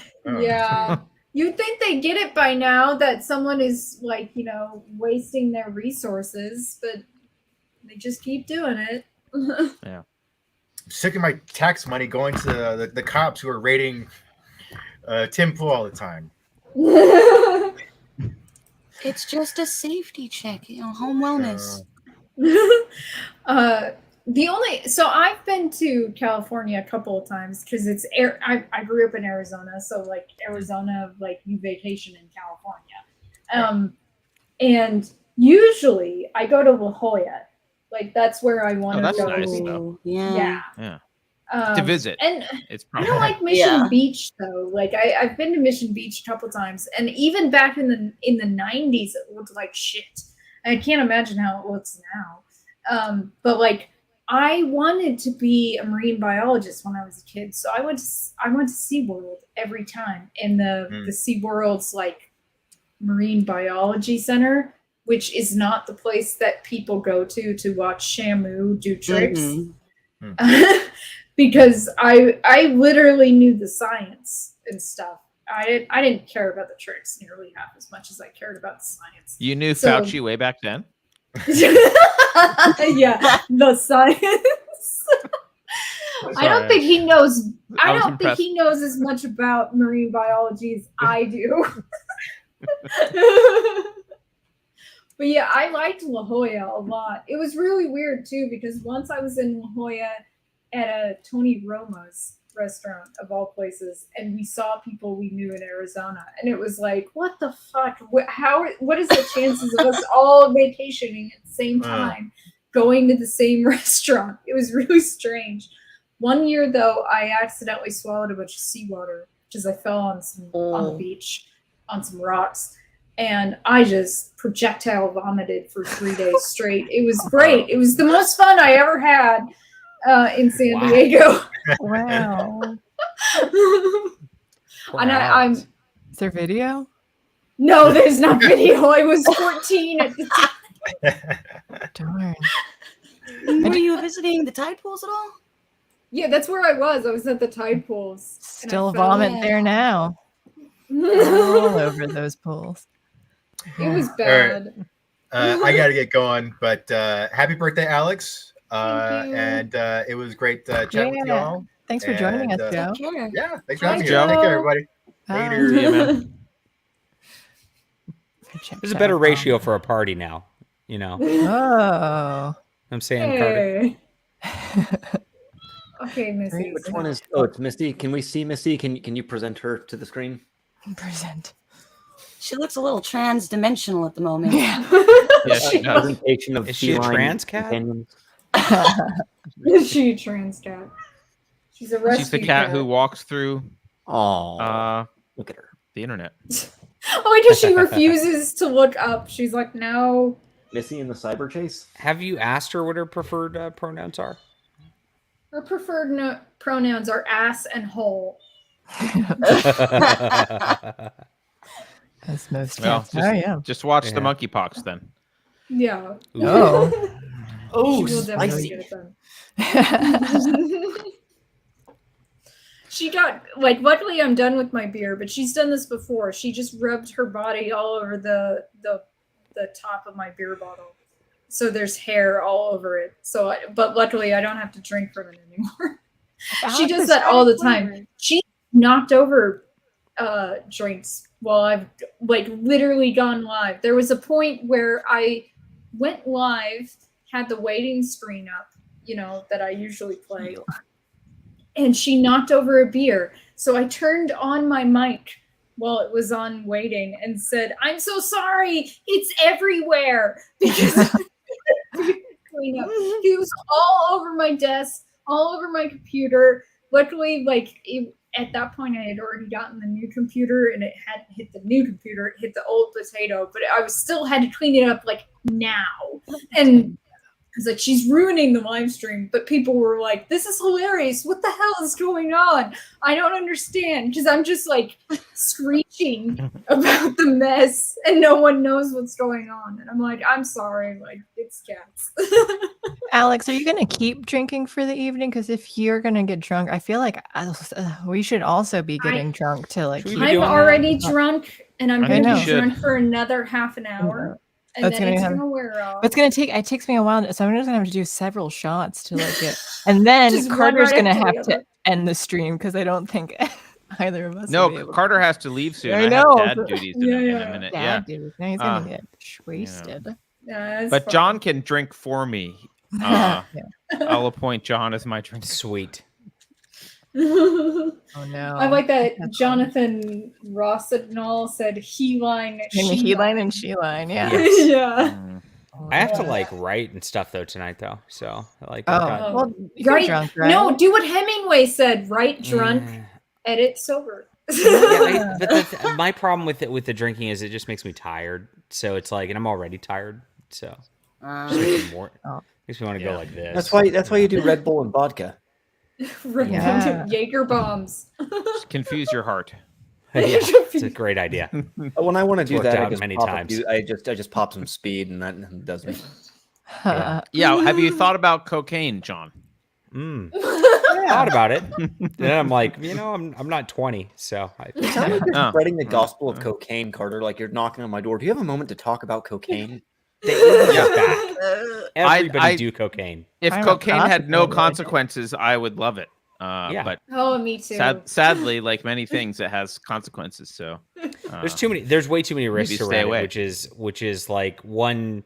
There's just like the heart attack risk thing as you get older. Anyway, number two, like you have no idea what that shit's laced with at this point. Like so, it's like especially with the fentanyl stuff now. Yeah, that's sketchy. Well, I mean, hell, DMX died, and he was in his 50s doing cocaine, and it was like, cocaine, dude, it was laced with fentanyl. Yeah. That's how Billy Mays died too. Yeah. Who? Billy Mays, the salesman, okay. like the I didn't hear what your name. The ShamWow dude. Yeah, it's just ShamWow. There's more. But wait, there's more. Wait, there's more. How is Charlie Sheen still alive? How is Tom Cruise? Is he really? That's the question I have about Tom Cruise. Like, is that guy? Is he just a super weird dude who's like possibly bipolar, or is he just like so rich he can do coke constantly? Oh, I would believe he's weird and bipolar. There's some weird Scientology like witchcraft shit going on. Yeah, he's in a cult.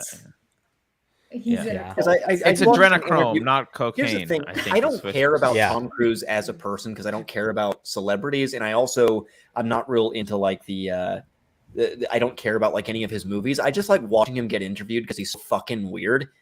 In the last one I watched, he's talking to an interviewer, and the interviewer like offends him, and he does this. It looks like this. Hey, watch it. You're stepping over some lines here, buddy. And like he successfully intimidates this dude. Wow. I would be intimidated by that. He's only you should play like a squirrel on he's some short show. Too. That was a good Yeah, he's short. Yeah. He is, but he does all his own stunts, doesn't he? Which is kind of cool. Yes, he does. It's very cool. That's like badass. Yeah. Well, I mean, I feel like that's his short man's disease making him want to do stunts. Yeah. He wants to prove himself. I think a lot of actors are short. I've heard some theory that it has to do. There's a particular like actor body type that wants a lower head in proportion to the body, and short people are more likely to have it. It has something to do with how it makes their face look on camera. So that's why a lot of actors like Tom Cruise, Mel Gibson, a lot of them are really short. I mean, I guess he's not like super short. Like, cause like I think Tom Cruise is 5'7" and Robert Downey Jr. is 5'8". So like they're shorter than average male height, but I guess they're not. Oh, really? I thought Tom Cruise was shorter than that. Short. I think he's 5'7". He's about my height, a little shorter. Oh, okay, he's my height. I'm 5'7". Yeah, all right. So he's short, but short like me, not like. He is in amazing shape, though. Yeah, 5'3". Coley's shorter. That's right. Not like Lord Coley. He did when he was filming Oblivion. He turned 50, and he was in amazing shape in Oblivion. He cares a lot about his physique, though. And I think it's kind of hilarious though because there's all these jokes about Tom Cruise running because he can't he's a runner. So there's that joke in the Mummy his version of the Mummy, not the good version of the Mummy, where the woman says to him, "You can't run," and it's like, "Oh no, you can't say that." Tom Cruise runs in every single movie he ever films. There is not a single movie where you won't see a Tom Cruise running shot. Ever since Mission Impossible, it's like is he contracting that they force him to run for a shot? Because it seems pretty superfluous at this point. You don't have to show it every time. Is he just so coked up all the time that at some point they accidentally get a shot of him running on stage and they work? Yeah. Just roll the cameras. He'll be running at some point. Yes. Was the new Top Gun good? Did anyone see it? Because I did. So my best friend wants to take me to go see it for my birthday. It was fucking fantastic. Loved it. Really? Really? Yeah, 100%. I'm not a fan of the original Top Gun, so I'm not It's sure better if than I the want to original say Top Gun. yes. Haven't It's seen it. better? Okay. Yep. Well, then maybe. I haven't seen a movie in the movie theater in a very long time. I hate movie theaters. I hate them. So like I'm like struggling with whether or not I want to do it. But here's one of the reasons why is that, like, I've said this about reviewing movies and your experience of movies, is that movie theaters trap you in this social rule that you can't take out your phone and like do something else when you get bored, so then the movie re-grabs your attention. Like, so if you, as a movie reviewer, I don't think you should watch movies in the movie theater. I think you should see if you get bored. Like, you should test whether you ever want to check your phone. Yeah. Yes, exactly. So how many times you want to check your phone, how many times you want to get on Facebook, the hell pit, versus watch this movie, shows you a lot about how engaging that movie actually is. Like, TV shows, they don't have movie theaters to, give them that buffer, but movies have that buffer where it's like, well, I can't take out my phone right now because there's other people around me, and if I take out my phone, I look like an asshole. Like, but if you do it at home, then you recognize the fact that you got bored a lot faster. And, but don't you think a lot of people have trouble? Like, I'm watching, I mean, I've got a child who's now a teenager. John's got a couple kids. Like, I don't know if anyone else has kids that can comment, but like, I feel like the younger generations have trouble paying attention generally. Like, even something like movies that used to be, you're supposed to kind of pay attention because it's actually a good movie and there's lots going on, and you should and they don't beat you over the head with something. So if you fail to notice something, you'll be lost. Like, you actually need to watch and appreciate the art.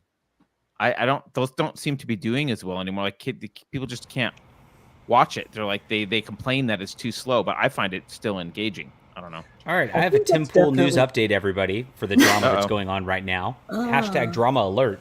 All right. What's up, Drama Alert Nation? Let's get right into the news. This isn't my show. Sorry. Sorry, Carter. If you want to do a show like that on Unsafe Space, just let me know. And, it'll have a lot of views, I can tell you that. I don't care. I can do a show on your show if you want. I don't care. Okay, but can you talk like that, though? You need to do the announcer voice and be like... I can do that announcer voice for about 15 seconds before I go crazy. Thank you. So Tim Pool shut down his deal. One of his guests was making a clear joke, about cancel culture. And the discussion was going along like, hey, what would happen if you shut down people for a year and a half, like you force everybody underground, like, is that really going to stop people? And like, is that really going to like end what you're trying to cancel and all that? And the guy goes, no, I guess you just have to kill them all, as a joke, clear joke. And Tim Pool then just went, I'm going to shut this down, and shut down the stream. So it was pretty weak. Yeah, super weak. Baby. Yeah. That's a little cowardly, honestly. Yeah, baby's not the word I was going to use. I was going to use bitch. But friendly enough about it. I'm not. You can. But the views of me do not represent anybody on Unsafe Space. By the way. I don't watch. I honestly. Does that mean everyone you don't always represent talks about Tim yourself? Pool. I don't watch Tim Pool. I haven't seen Tim Pool for like over a year, maybe longer. Yeah, I don't either. What's he like anymore? I mean, but I don't. He's the same fence-sitting beta cuck like he's always been. Yeah, I don't watch anything I anymore. don't seek out his Not videos, the opinion but of I know Unsafe someone Space. who watches them. So every once in a while I walk into the room and it's on and everything. And like, I like some of his guests, honestly. But yeah, he more has than some him. great guests. Yeah, but also to answer your question, Carter, because even drunk, I remember what you said. I do think younger generations have shorter attention spans I'm turning 35. Okay, so like my attention span is pretty like cusp of the internet age kind of attention span. But I agree with you that people in their 20s and younger are more likely to be like, oh, it's too slow, and not be able to handle something more serious. Like, how many people of that age have the patience for, say, a Kubrick movie? Can like sit through 2000? Actually, that's what I was thinking of, because I tried to get my daughter to watch 2001, and she was like, there's not dialogue for the first like 15 or 20 minutes or whatever. It's a disaster. Like, yeah. I struggle. I a lot of movies I have to just like watch in parts though too, because I can't, like, I love TV shows. I don't relate marathon hours and hours of TV shows, but because they like the plot stops after like 22 minutes or whatever, so I can do like 10 hours at a time. But for a movie, it's just one plot that you're trying to focus on, and I need to I have trouble paying attention for that long. So I don't know how Caleb is, but how old you are, but maybe John and Beverly are just below the cutoff threshold for having a decent attention span. I have no attention span. Beverly's seen this. Oh yeah, I mean, I'm above the cutoff, and I still have no attention span because I'm retarded. But yeah. I will find myself watching a movie going, God, this is dragging on. What is going? Oh, it's a movie. That's why.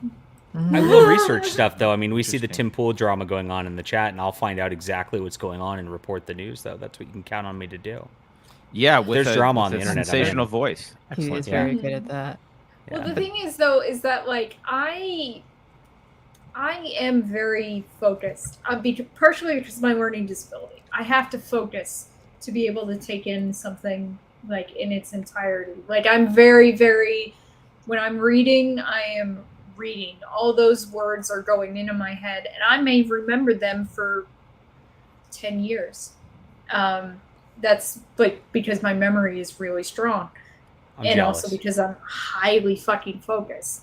Now the problem with me trying to watch something that is boring, like Game of Thrones, like it literally lost me in the first 5 minutes of the first episode. Like I was literally bored immediately, and that's the thing, is that I have a lot going on in my life.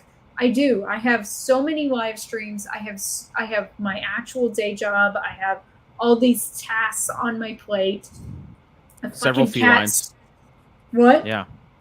I said like several few lines. Yeah. Yeah. The Missy screaming for my attention at any moment. But I focus. I do focus. And I get lost in a project. I will like literally lose hours to a project. And I'm like, it's not that hard to get me involved. It really isn't. So to me, I'm sort of like, when a movie can't keep me involved, like I know my brain. So like when a movie can't keep me involved, you failed. Like it's not that hard, honestly. Right. Yeah. If only it could be so focused. Oh, Alex, I think you should go to a movie theater where there aren't other people, because that's what I have here. I get to see like even Thor. We were the only 2 people, and it had just come out, like I think a couple days in though, and we were the only 2 people in the theater. So I could take out my phone however much I want. But one of my best movie experiences was seeing Hardcore Henry. Because no one wanted to see that movie at that movie theater. And so there was one other dude in the theater with me besides my friend. And oh my God, that movie is good. If you've not seen it, you have to be a fan of video games to really, really enjoy Oh, that one. movie. Okay. Yeah. But it's last time. Good. It's so good. And it was one of the best movie experiences because I was practically alone in the movie theater. It was awesome. It was so awesome. I hate going to Marvel movies in the theater because when I do, there's always some fucking asshole who thinks it's okay to talk. And it's like, shut up! The rest of us are here to watch a movie, not listen to your conversation. And that happens so often. The closest analog I can think to that is, have you ever been to or listened to a recording of a symphony and you just hear people coughing the whole time? Oh my God, I used to go to live music performances all the time. One of my friends is a classical guitarist, So I would go to classical guitar and classical music live performances and like listening, like I'm sitting there trying to enjoy the music and then someone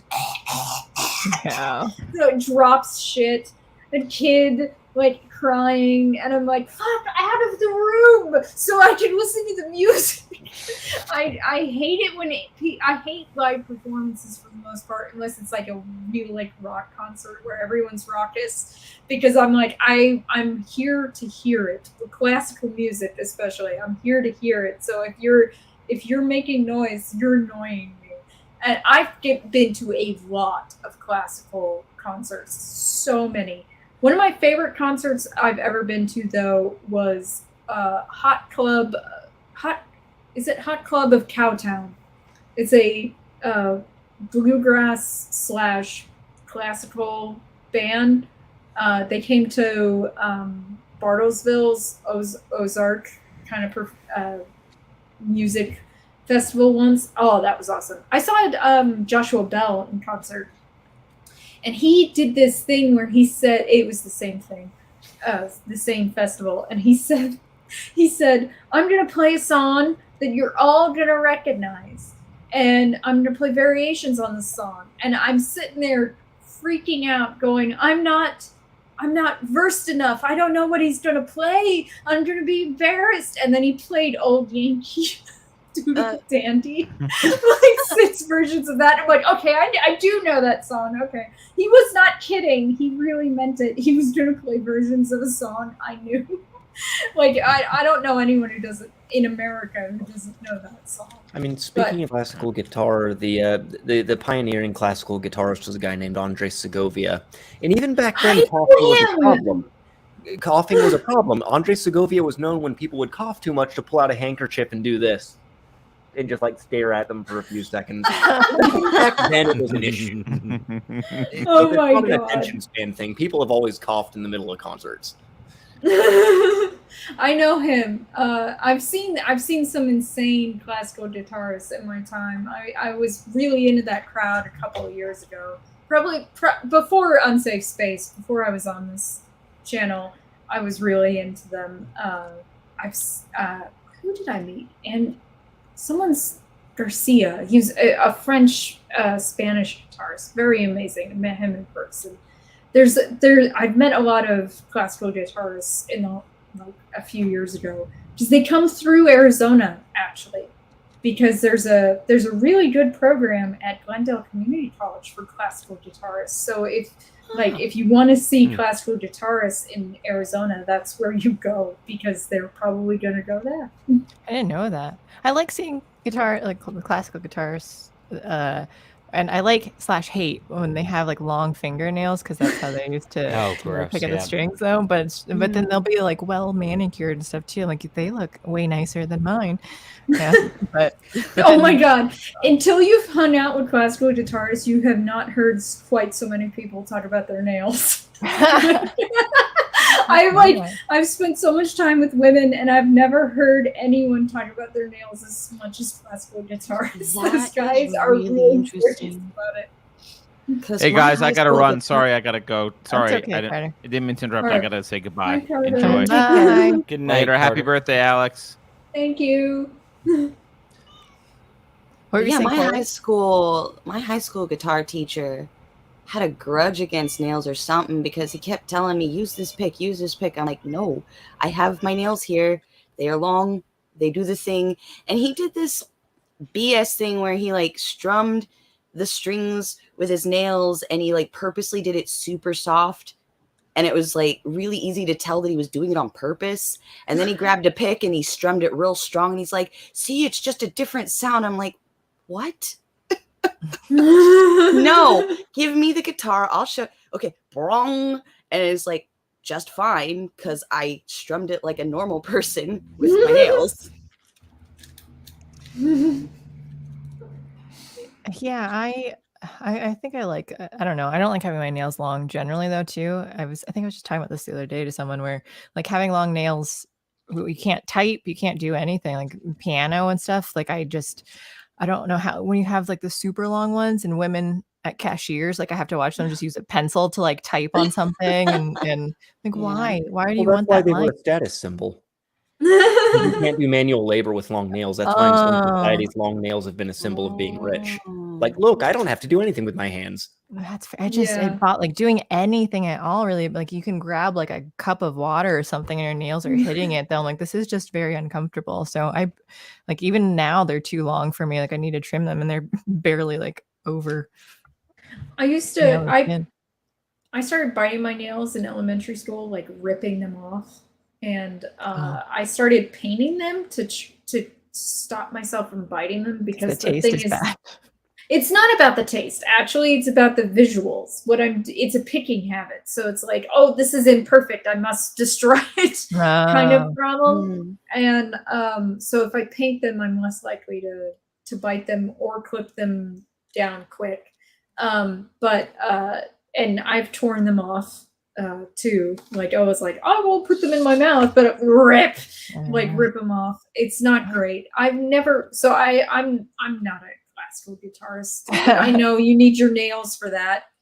But honestly, my nail beds start so late on my fingers that to have a normal length to my nails, they have to be clacking on my keyboard. And I hate that, especially as a gamer, because like, you know, I'm a mouse and keyboard gamer. I can't have them be in my way, and I can't have them be like tanging on the keys for me to play a video game.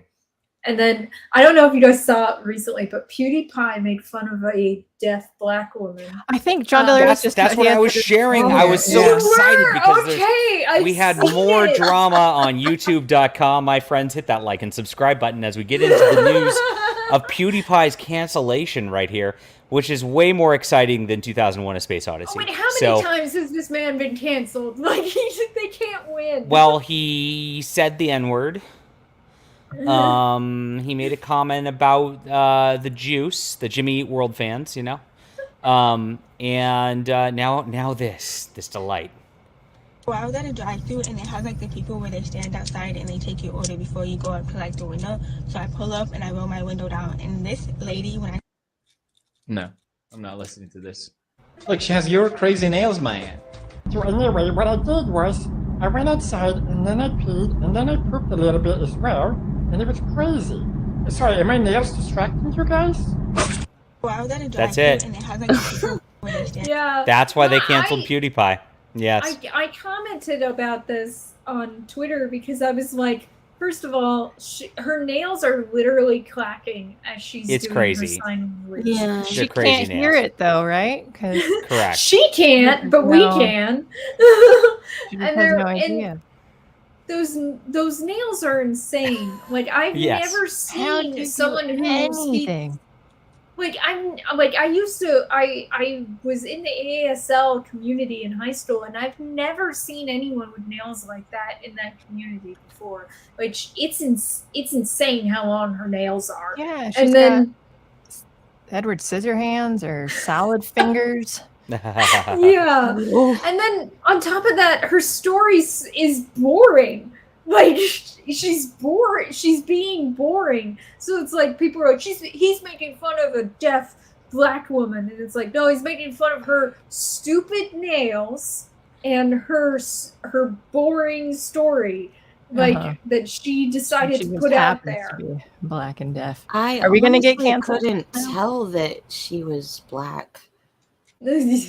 She's one of those blacks, like she's Meghan Markle black, not black. Yeah. Well, but she doesn't even have the bone structure. Race Beverly look. Yes, yeah. She's definitely ambiguous with me. This is you're only as black as when someone tells people that you're black. That's how black she is. As black as Sean King? No. Talcum X. I just love his face right here. His face watching this is just priceless. Yeah. She must own a bidet. Yeah, because like, how would she? That's a good point. Do anything? But So he's canceled then? That's a again? Cancel him after that? You can't cancel that guy. You can't. Yeah, for some people, canceling means nothing. Wait, he had this giant Disney contract. He was going to do a bunch of stuff for really? them, and they torched him over the N-word. Yeah. Really? So, yeah. He uses the N-word on in that video? Yeah, he's playing a game, and he just as one does, just shouts the N-word real quick after. Is it separate? Is it a different video or the one that we were just watching? Different video. That's a long time ago. Okay. He's playing some video game. And whatever. Yeah. As one. Like I can honestly say I've never shouted the N-word while playing. My old roommate. Have you ever really lived then, Alex? Have you ever lived? Yeah. I've shouted cunt and motherfucker and cunt. Have you said another word for a bundle of sticks? All the time. No, actually, I haven't. Never? Yeah. No, I'm actually kind of surprised. Look now at how that you PC you are, Alex. Yeah. I mean, that word is uniquely angry sounding. Like it carries a certain level of rage that nothing else does. Here's the thing about that word, and the same thing kind of goes for cunt, is that I feel like it's more culture. It's so tied culturally to America's offense, as opposed to say, because like I mean, I went to school for English, so like a lot of shit was English literature, not American literature, and we had to talk about that word. We did, and there was a point where it was like we talked about the etymology of faggot. And we talked about the idea of a bundle of sticks and the idea of a cigarette and the idea that in all boys schools, older students would call younger students faggots and so I'm using it correctly, by the way, for performing duties for them, like tasks and errands. And some of those errands were getting them cigarettes. And that's why, and here's the thing, that's how it's associated with homosexuality, is because there was a lot of homosexuality in all boys schools in England. And those same boys that did errands for older students ended up sometimes doing sexual favors for those older students. And again, this was all boys school. So we literally talked about the etymology of that word. And I find it ridiculous that people are so terrified of offense that they won't even talk about the etymology of words. When I taught at a university, I literally talked about the etymology of what it means to be mentally handicapped, back to the word idiot, and like the different words for Black people throughout the ages. But people fucking freak out now. That was 10 years ago that I taught. That I also covered those topics, but it drives me a little crazy that people are like, we can't even talk about these words or words that sound like these words. Like that one teacher who got in trouble for saying a Chinese word that sounded like the N-word. Like, it's ridiculous. We can't even talk about it. Yeah. Okay. In Spanish, at least Mexican Spanish, they're aware of how it sounds like, because it comes from the N-word comes from the word for black in Spanish. And so they just call them green. They just call them verdes. That's terrible. I remember recently, I think it was within the last year, some woman was launching a campaign against Crayola having the word negro on black crayons. And on her campaign, she literally said, I know it stands for black in Spanish, but fuck that version of events. And I was like, you are so language. That's not racist. Imperialism that wants to use Latin X and like get rid of the noun genders in Spanish. It's like, shut the fuck up. Oh, I know. It's so pathetic. I'm in Arizona. I haven't literally met a single Hispanic person who likes the word Latinx. Like, I granted, I don't meet a lot of people, but I haven't met one yet who says, yes, call me Latinx. Like, not one. Yeah, I don't think anyone really prefers that. Did you change your name to Mystery Meat? Yeah, because Winky Wanky Woo always calls me Mystery Meat. I think that was on JDA's channel beforehand when we were talking about how ambiguously ethnic I am. So, and since we didn't know, I think he just started referring to me as Mystery Meat. It was funny. I showed your short about my birthday to a friend recently, Beverly, and he was all like, "Oh, I thought she was Jewish," and he was confusing you with someone else that I talk about, and I was like, "Oh no, she's Filipina," and then and I was all like, "By the way, when she mentioned that her father was in the military, I was like, you didn't need to say that. I kind of figured that."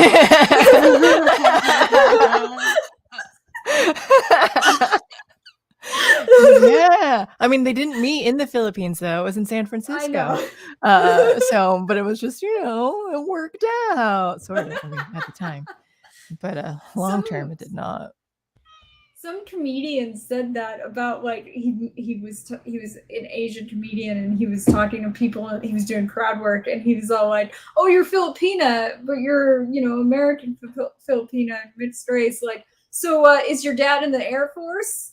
And like everyone like laughs and sort of like gets uncomfortable, and then he goes, "What? Let her answer." And then she answers, and he's like, "She said Army. That's not far off."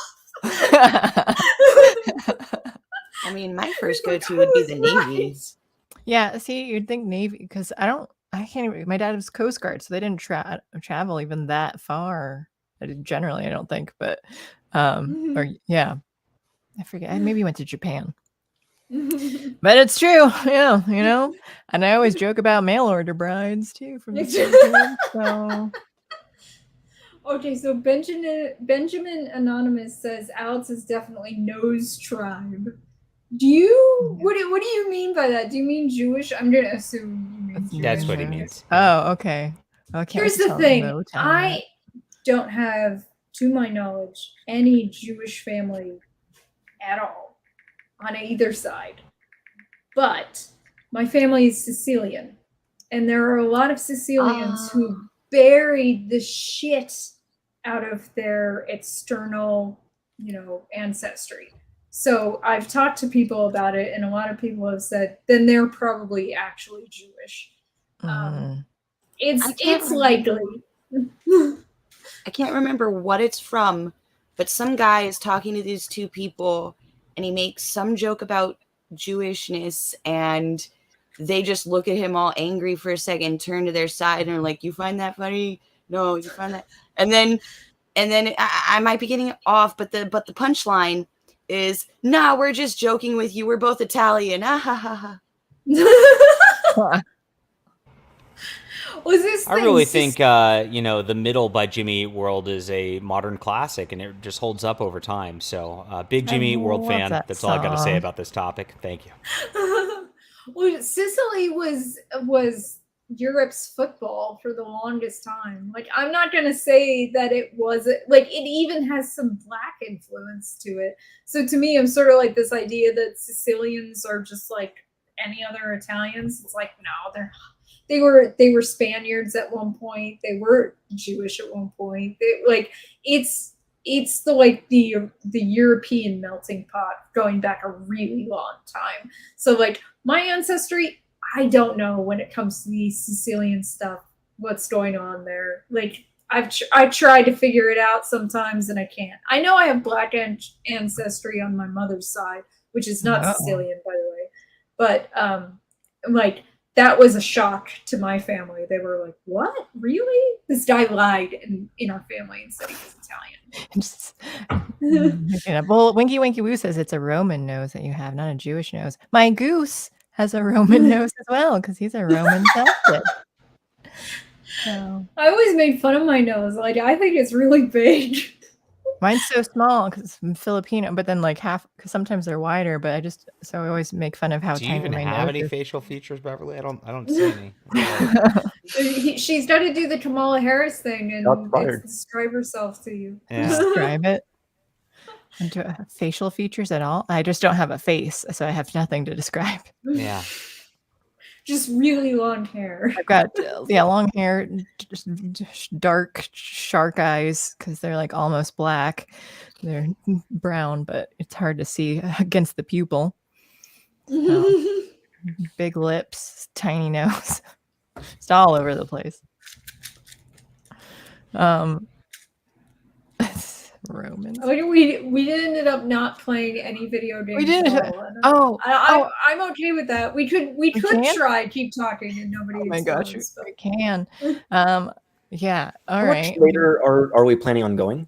You can leave whenever you need to. I have no idea. Oh no, I was gonna go grab booze. I was wondering if you'd still be here when I got back. Yeah, no. Well, I mean, I guess until Alex passes out from drinking too much. I have to go right. I have an article due tonight. That's fine, John. No, it's fine. I appreciate Okay, you. so if I'm back in like 20 minutes and I got my booze, will y'all still be here? You think? For playing these games, we'll see. If Alex is the one that's giving me the manual, this is going to be bad. This game. Yeah, I know. You're going to die. I hope you know that because I am kind of tapping the bag now. So we'll probably still be here. All right. So I'll cut out though. Happy birthday, Alex. I'll see you soon. Bye. Thanks for coming. I'll see you soon. Take care. Nice to see you guys. Bye. No. I am the only remaining male. Top lip and nose. Taco party. Oh God. I always make jokes like I'm like, oh, I'm gonna turn to the side. It's not big like front on, like you can't tell. It's like in Anna. I mean, okay. Let's have a nose comparison. Turn to the side. Now. Oh, it's hard to see Alex's because of the background. I can't even turn sideways to see my nose. You kind of have a comparison of schnoz. A conspiracy of schnoz. Oh, geez, well, you're like bad. Northern European, right, Caleb? Oh, yeah, I did the spit in a vial thing, which means some Chinese fucker probably has my DNA now. But yeah, it's pretty much all like if you take the northern coast of Europe from Ireland and go east to the Baltic countries, it's just that strip of land, like 100 miles wide. Oh God! So I'm like the pastiest of pasty motherfuckers. Yeah, you're very blonde and like peaches and cream. I'm so olive skin toned, even like with lighting. It's insane. I will tan like a motherfucker, and I avoid the sun so much because I don't want to be that dark. Like, and it's not. It's not. Wow, like, Alex, racist much? No, I'm getting so dark too. Like, I don't want to be this dark. It's a skin cancer thing. I don't want to get skin cancer. I always thought, how did the Roman legions line up in rows with their Roman noses? Wouldn't you feel tempted to grab the nose on the guy to your right? Like, because they're so big? Wouldn't they be like grabbing each other's Roman noses? They probably were. They all have the same nose. Why not just grab your own? And grab other parts. Yeah. Probably. Incidentally, a friend of mine has like 4 kids that are all little kids, and their favorite thing to do is use my nose as a handle. I think I would be smacking people. I'm not a nice person. Don't touch me. Get down. GB just has to get a measuring tape. Yeah.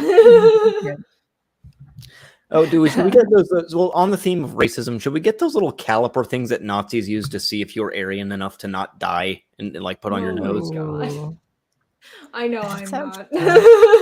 Oh, and then with offensive things too. Back to the N word and the F word. Oh, I guess we were allowed to say faggot, or at least we had already, thanks to Alex. No, because I was referring to the sticks and the Sure. Excuses. Yes. But it was said out loud. But have you ever watched Derek comedy? I guess anyone.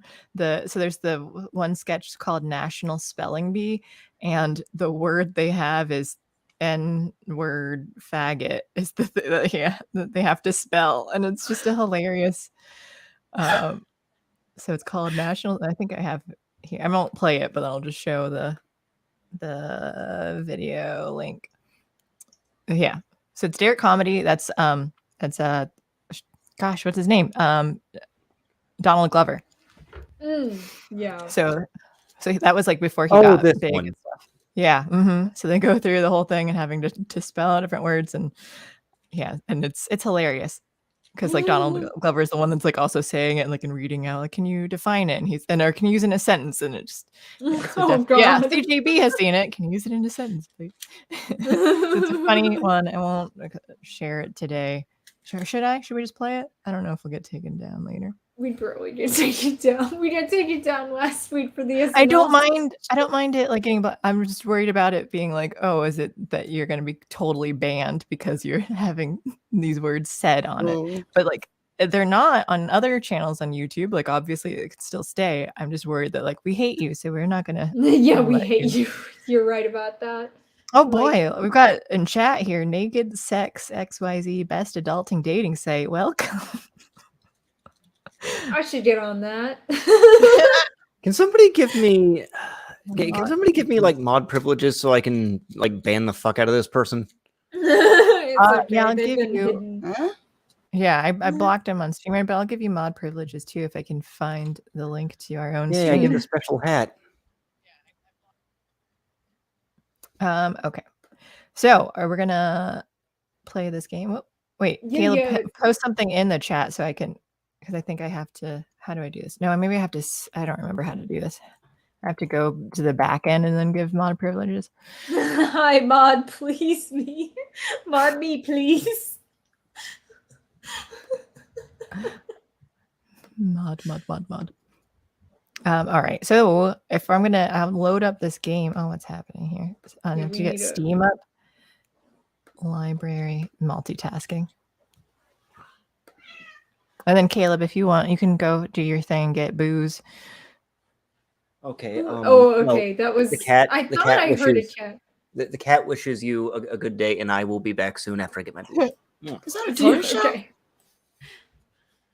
Is what?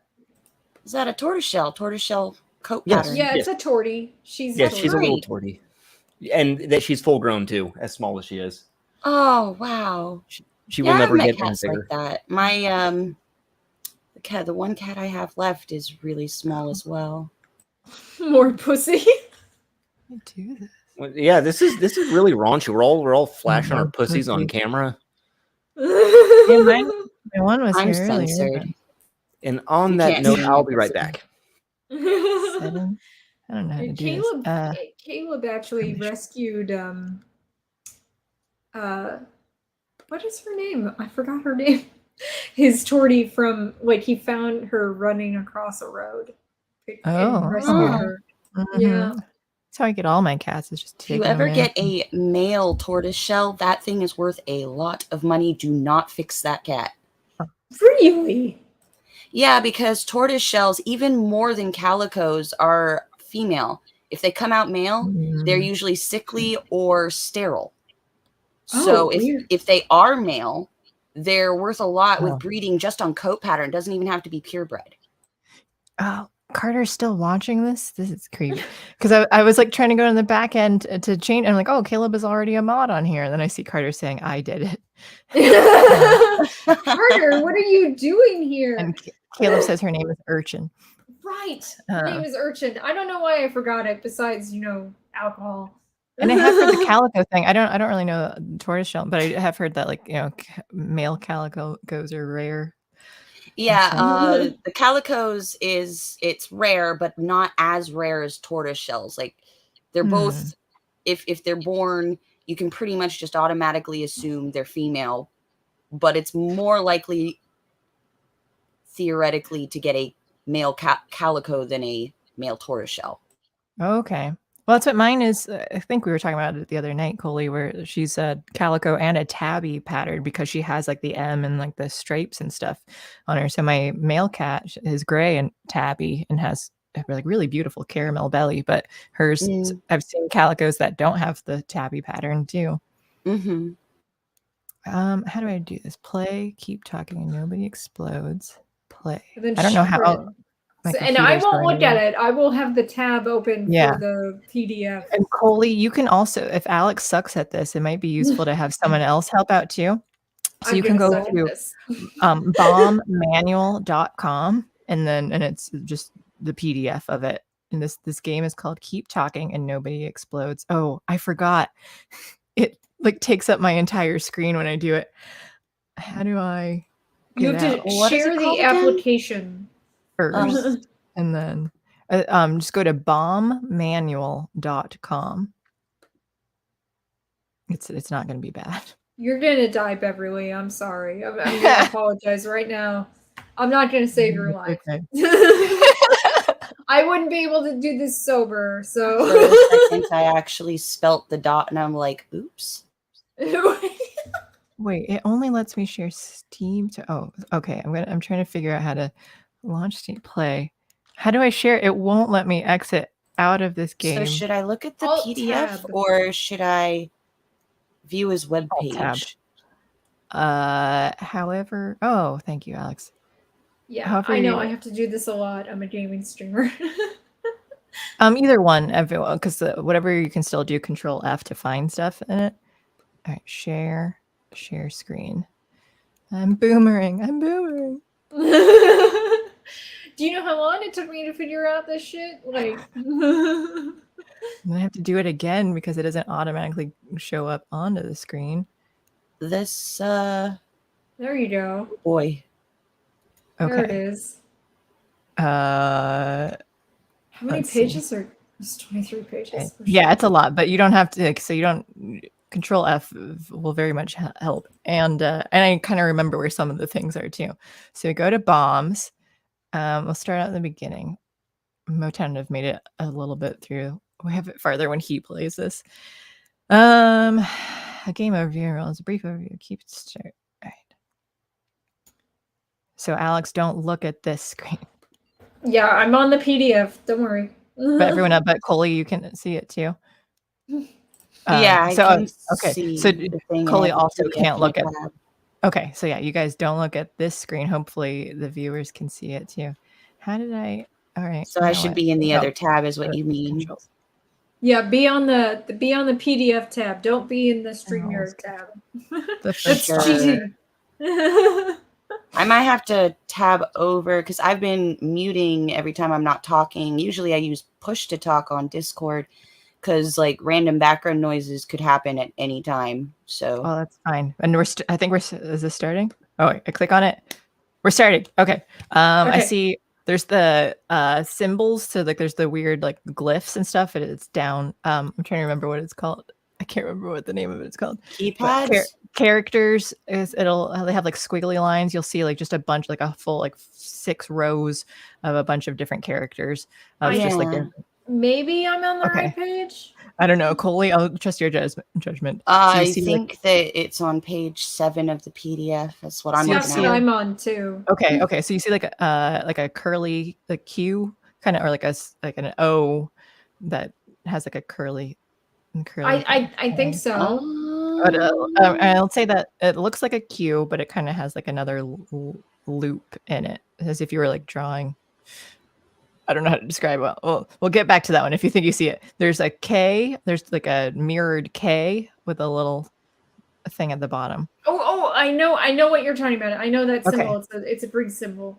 Okay, and then how do I describe this? It's like the top half of the number 3, but then the bottom of the 3 like kinks outward to the right. It's all curly. Huh? It's curly at the bottom. Not really curly. What? It's like a angled down, like it goes. No. Okay.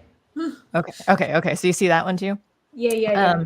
And then I don't know how to describe this last one here. It's it looks kind of like a butt, like if you're and then it has like a comma up above it, and then a what's not that I can't think of what it's got, a rounded semicircle up above the flying comma, and it's like I guess you could say it's like a sideways 3. Oh, it looks like a butt with like an apostrophe in the middle. Yes, yeah, you got it. Okay. And then like a swirly over top of it. Okay. Oh, yeah. So all 4 of those need to be in the same column. So find the one that's the third column. Okay. So tell me from top to bottom which order that it's in, like the curly Q, it's the butt symbol is top. Okay. Okay. Then the curly Q. Curly Q. Okay. Then the mirrored K. Okay. Then the abbreviated 3. Yes, we got it. All right, nice job.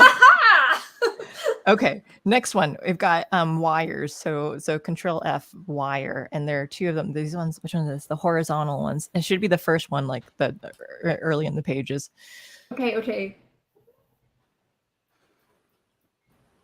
There's a lot of reading to it. Page 5. Okay. Yeah, somewhere. 3 to 6 wires. And I have 5. So you have 5 wires. Yes. Is the last wire black? Yes. Is the last digit of the serial number odd? Where is the serial number? Last digit of yes. Cut the 4th wire. 4. Okay, we're good. All right, the last one is a white button. That's one toward the beginning too. White button. It says press. White button that says press. What? It'll say like another one. Control F for abort. Do abort. Abort. And so the whole thing will be buttons. And so okay. Yeah. If the button is white and there is a lit indicator with label CAR, hold the button and refer to releasing a held button. Okay, no, there's no lit indicator CAR. Oh gosh, less than a minute. If there are more than 2 batteries on the bomb and there is a lit indicator with the label FRK, press and immediately release the button. No. Okay. Next one. If none of the above apply, hold the button and refer to releasing a held button. It's a yellow light. So what is the yellow light? When do I let go? Hold the button and refer to releasing a held button. What? When it says 2? Okay. Woo! I did it. You're alive. Yes. Yeah, we won. Woo! I gotta admit, I'm completely lost. Okay, well, Coley, if you wanna, you can watch what I'm looking at then, and just follow I'll just watch. Yeah, that's fine. Oh gosh, top 70%. Yeah, we beat it when Mo and I played it. Nice. All right. So we'll do the next one. Bombs. All right, so that was the first bomb. Something old, something new. Is this one? Top 95%. Oh yeah, I did this beforehand. Did even better.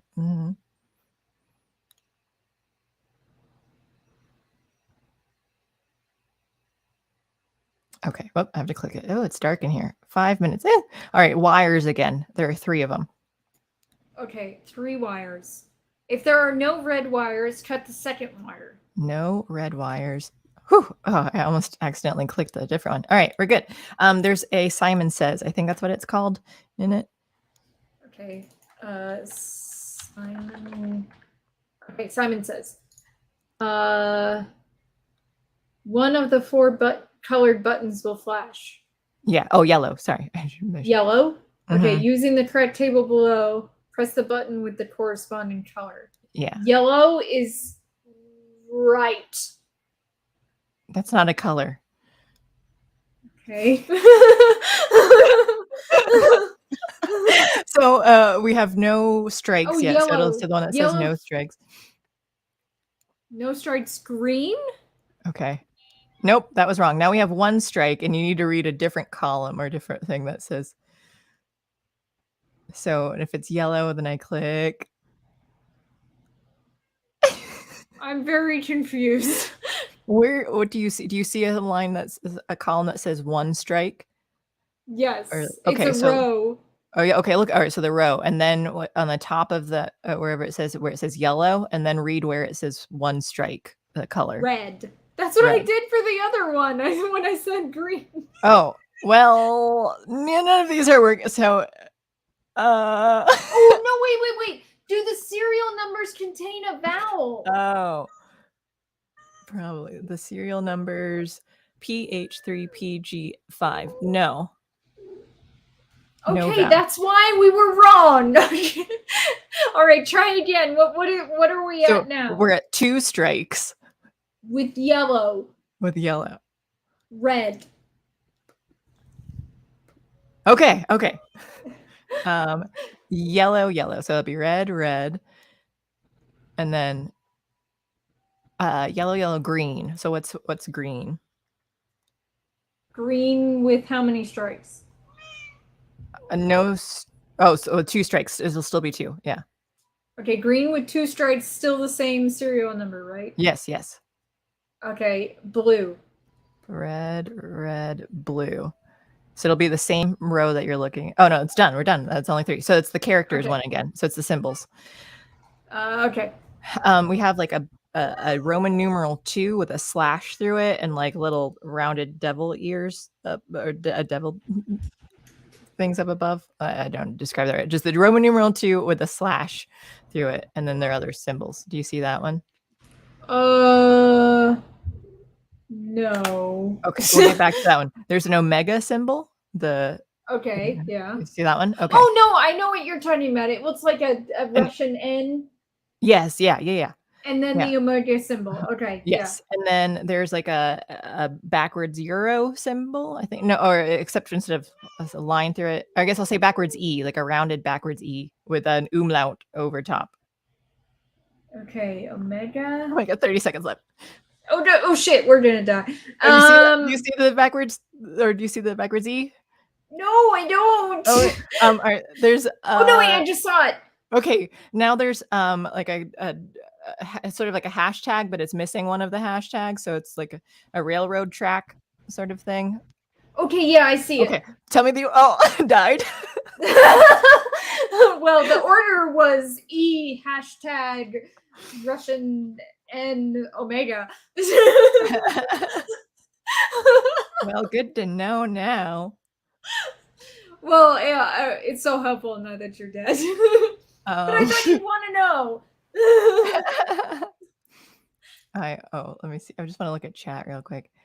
Diamond color. I don't know if people can you hear the music that's playing or no? I can't hear it. I don't hear any music. Okay, that's too bad that it doesn't share. I don't know how. Well, the music is great and it's terrifying too because it's just like, doo doo. The countdown is going and it gets scarier and that's terrifying. Yeah, it's so weird that it won't play the audio when you share like an application. It's kind of annoying. All right. Let me see. I have to turn on the side lights because the ducks and geese are still outside. So just give me one moment while I go grab them. Sure. So you two chat for a second. All right. We can do that. I haven't looked at chat in like forever. I've been way too like involved in this to look at it. And Missy, most of the most recent stuff is specifically about the bomb thing. So there is mystery meat splattered all over the walls. We think it was a bomb hidden in an East Asian takeaway dish of some. That's from Winky Wanky Woo. That's really funny. Someone is mad that I haven't fed her yet. Do you need to go do that? I probably should, but I won't. So Benjamin Anonymous asked that we explain how the game works. So one person has the game and has a bomb in front of them. And what they don't have in front of them is the PDF that explains how to diffuse the different parts of the bomb. We, me and Lord Coley, have the PDF in front of us, which you can just find online. And we are trying to, from Beverly's screen, what she tells us, tell her how to diffuse the bomb. Why can't I say diffuse for some reason? I want to keep saying defuse. That's not a word. I actually have played a game like this before. It's on something TV, Jackbox TV. I forget the name exactly. I have, but they do have a game where it's a little similar. It's a little less, slightly less complicated. But what it is each player gets different instructions, and you have to check with each player to see what their stuff says. And putting all the stuff together from each player gets you the information to defuse the bomb. I have the Jackbox party. I've never taken it out and played it. I have a lot of video games I've never played myself. Board games I've never played either. Sorry for taking so. Speaking of both video games and board games, I was talking with Beverly earlier about this. Yes, you heard of Wildermyth, Alex? No. It's really good. It's a 2D turn-based strategy D&D style kind of game. It's like the story is, yeah, that's nice. The story is generated through comics. The comics have like a bunch of variations. It's a lot of care and attention given. There's 3 different classes that your characters can be. You recruit them over time. The world is a game board, kind of like you go through the territories, you can clear them of enemies, and there's events that pop up. I'm not explaining it very well. I did a better job when I was typing it. I have to say, you had me at turn-based. Sure. It's just really good. Like, there aren't enough turn-based games in the world, is my opinion. Because I am a strategist. I really like FPS games. I really do. But I am a strategist at heart. So I love RTS and turn-based games. Those are my favorites. Sure. And I just don't think there are enough in the world. One of my favorite games, I played 200 hours of it, is Lord of the Rings: The Third Age for PlayStation 2. It was one of my favorite games of all time. I know it's a stupid movie tie-in game, but it hits something hard for me. So I love the that first game I ever beat by myself successfully was Blue Dragon movie thing. Can't remember the name for some reason. Based on a book, became a movie. Then there was a video game tie-in, and it was really stupidly straightforward and simple. I was just really impressed that I actually finished a game. Before my YouTube channel, I had only finished like 5 games in my life. Amazon Trail twice, which was a historical game. I loved it. It taught you so much. It was anything like Oregon Trail? It's not like Oregon Trail at all. It's too weird to be like Oregon Trail. It came like at least a decade afterwards. You're on a boat traveling through time on the Amazon River, and you learn a lot about the history that happened in relation to the Amazon. It's really amazing, though. I loved that game. I played it twice to completion. And then, like Lord of the Rings: The Third Age twice. Torchlight 2, because it's a very good game. I like those games too, action RPGs. And then Lunar Star Story Complete, the first one. I love that game so much. It was so good. And Vampire the Masquerade Redemption. Not Bloodlines. Bloodlines I actually played for the first time for my channel, which I like that game, by the way. But those were the only games I finished to completion before I became a video game streamer. Now that I'm a video game streamer, I've completed a hell of a lot more. Yeah, I would have. Like way more. Aragon was the name I was trying to remember. Sorry. Okay. Yeah. So it was like it was an Aragon. Like it was based on the movie. It was a video game. It was just really straightforward. I actually had the book. I borrowed the book, and I had so much trouble getting into it. The Aragon books are weird, honestly. I read the first 3, and he's for the longest time, they were like, it's a trilogy, it's a trilogy, it's a trilogy. And then I get to the end of the third book, and I was like, the story isn't fucking done. And I was literally fucking angry. I was like, you lied to me for years about what to expect with this. I never read them, but I want to. I think about Aragon every once in a while, though, because I read the novels. So, like, every once in a while, I think about, like, different things that happened to it. Because I feel like Christopher Poloni hit on something good with the Aragon's novels. But I don't know. I think they kind of killed any of my goodwill by saying for so many years that it was a trilogy and that not being true. Yeah, I never came back to it. Always seemed like there were really cool elements in the book. It was the writing style, I think, that got to me. Like, I mean, I'm the kind of person who will go back later and try something because sometimes I'm just not in the right mindset for it. And like, if I try it another time, like it works better. I just have to find that magical time.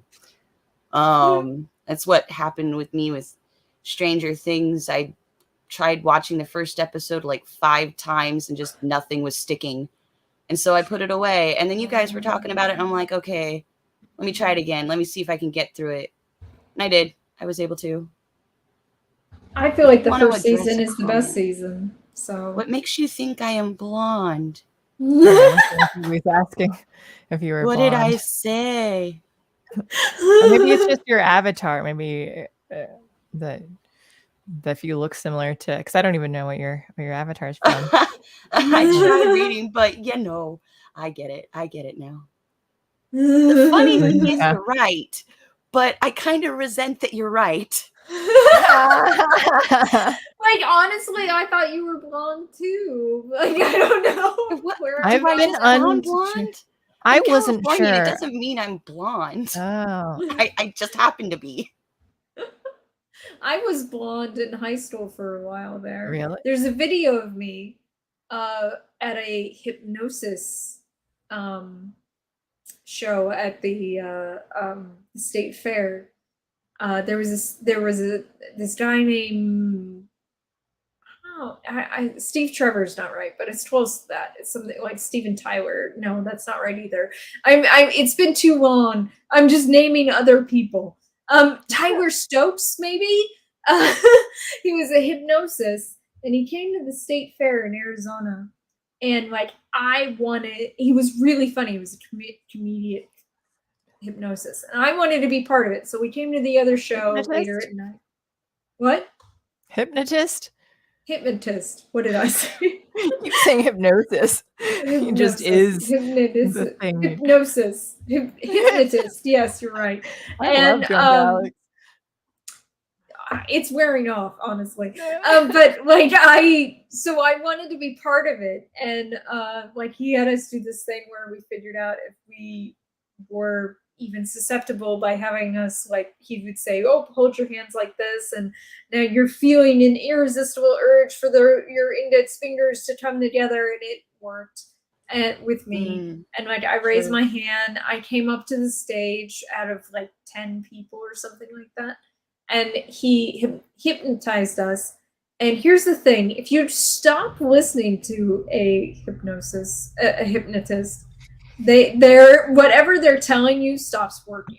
So he was like, oh, you're getting heavy limbs. So I'm like falling over in my chair on the stage, and then he says, and now you're starting to feel light. And I had stopped listening at that point, so I was still like this. And then like he touched me and my arms came up, and then they came back down. And he hypnotized me into painting the man's nails next to me with nail polish. I can't remember everything he had us do, but at one point he like sends us back out into the crowd, into our seats, with like words to trigger us into doing a certain behavior. And mine was Jeannie, and I saw him do this earlier in the day to another woman. Remember though, I was like 15 when he had us do this. So he's telling me like while I'm on stage, before he sends us back out into the crowd, he's like, your word is going to be genie. And when I say the word genie, you're going to find the nearest bald man and you're going to rub his head and you're going to tell him all your deepest, darkest secrets. Oh, no. Oh. And I'm 15. In my head, as he's telling me this, I'm going, no fucking way am I doing this. It's not happening. I'm not going to do it. Screw you. That's not happening. So, and then he sends us back out into the crowd. And I sit down. I'm with my parents, by the way. I sit down with my parents. He go, I know where a bald man is. I can see him out of the corner of my eye. And he says, genie. And I,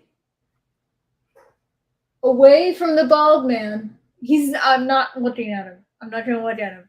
And then the hypnotist goes, there's a bald man.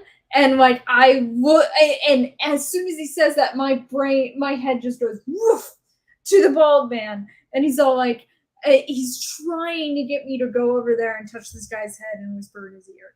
And I'm not fucking doing it. But the urge is so damn strong. I'm like, kind of surprised that you were susceptible to, because, you know, like, not everyone is. So, like, no, not everyone is. And I know, like, I'm a very, like, in control of herself person. But I'm also kind of I also like trying things.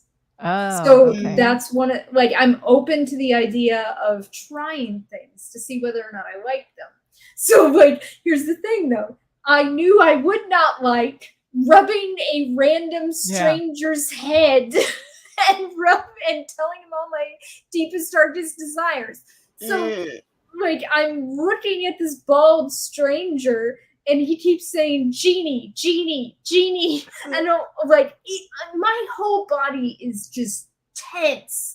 And I am drenched in sweat trying to fight this.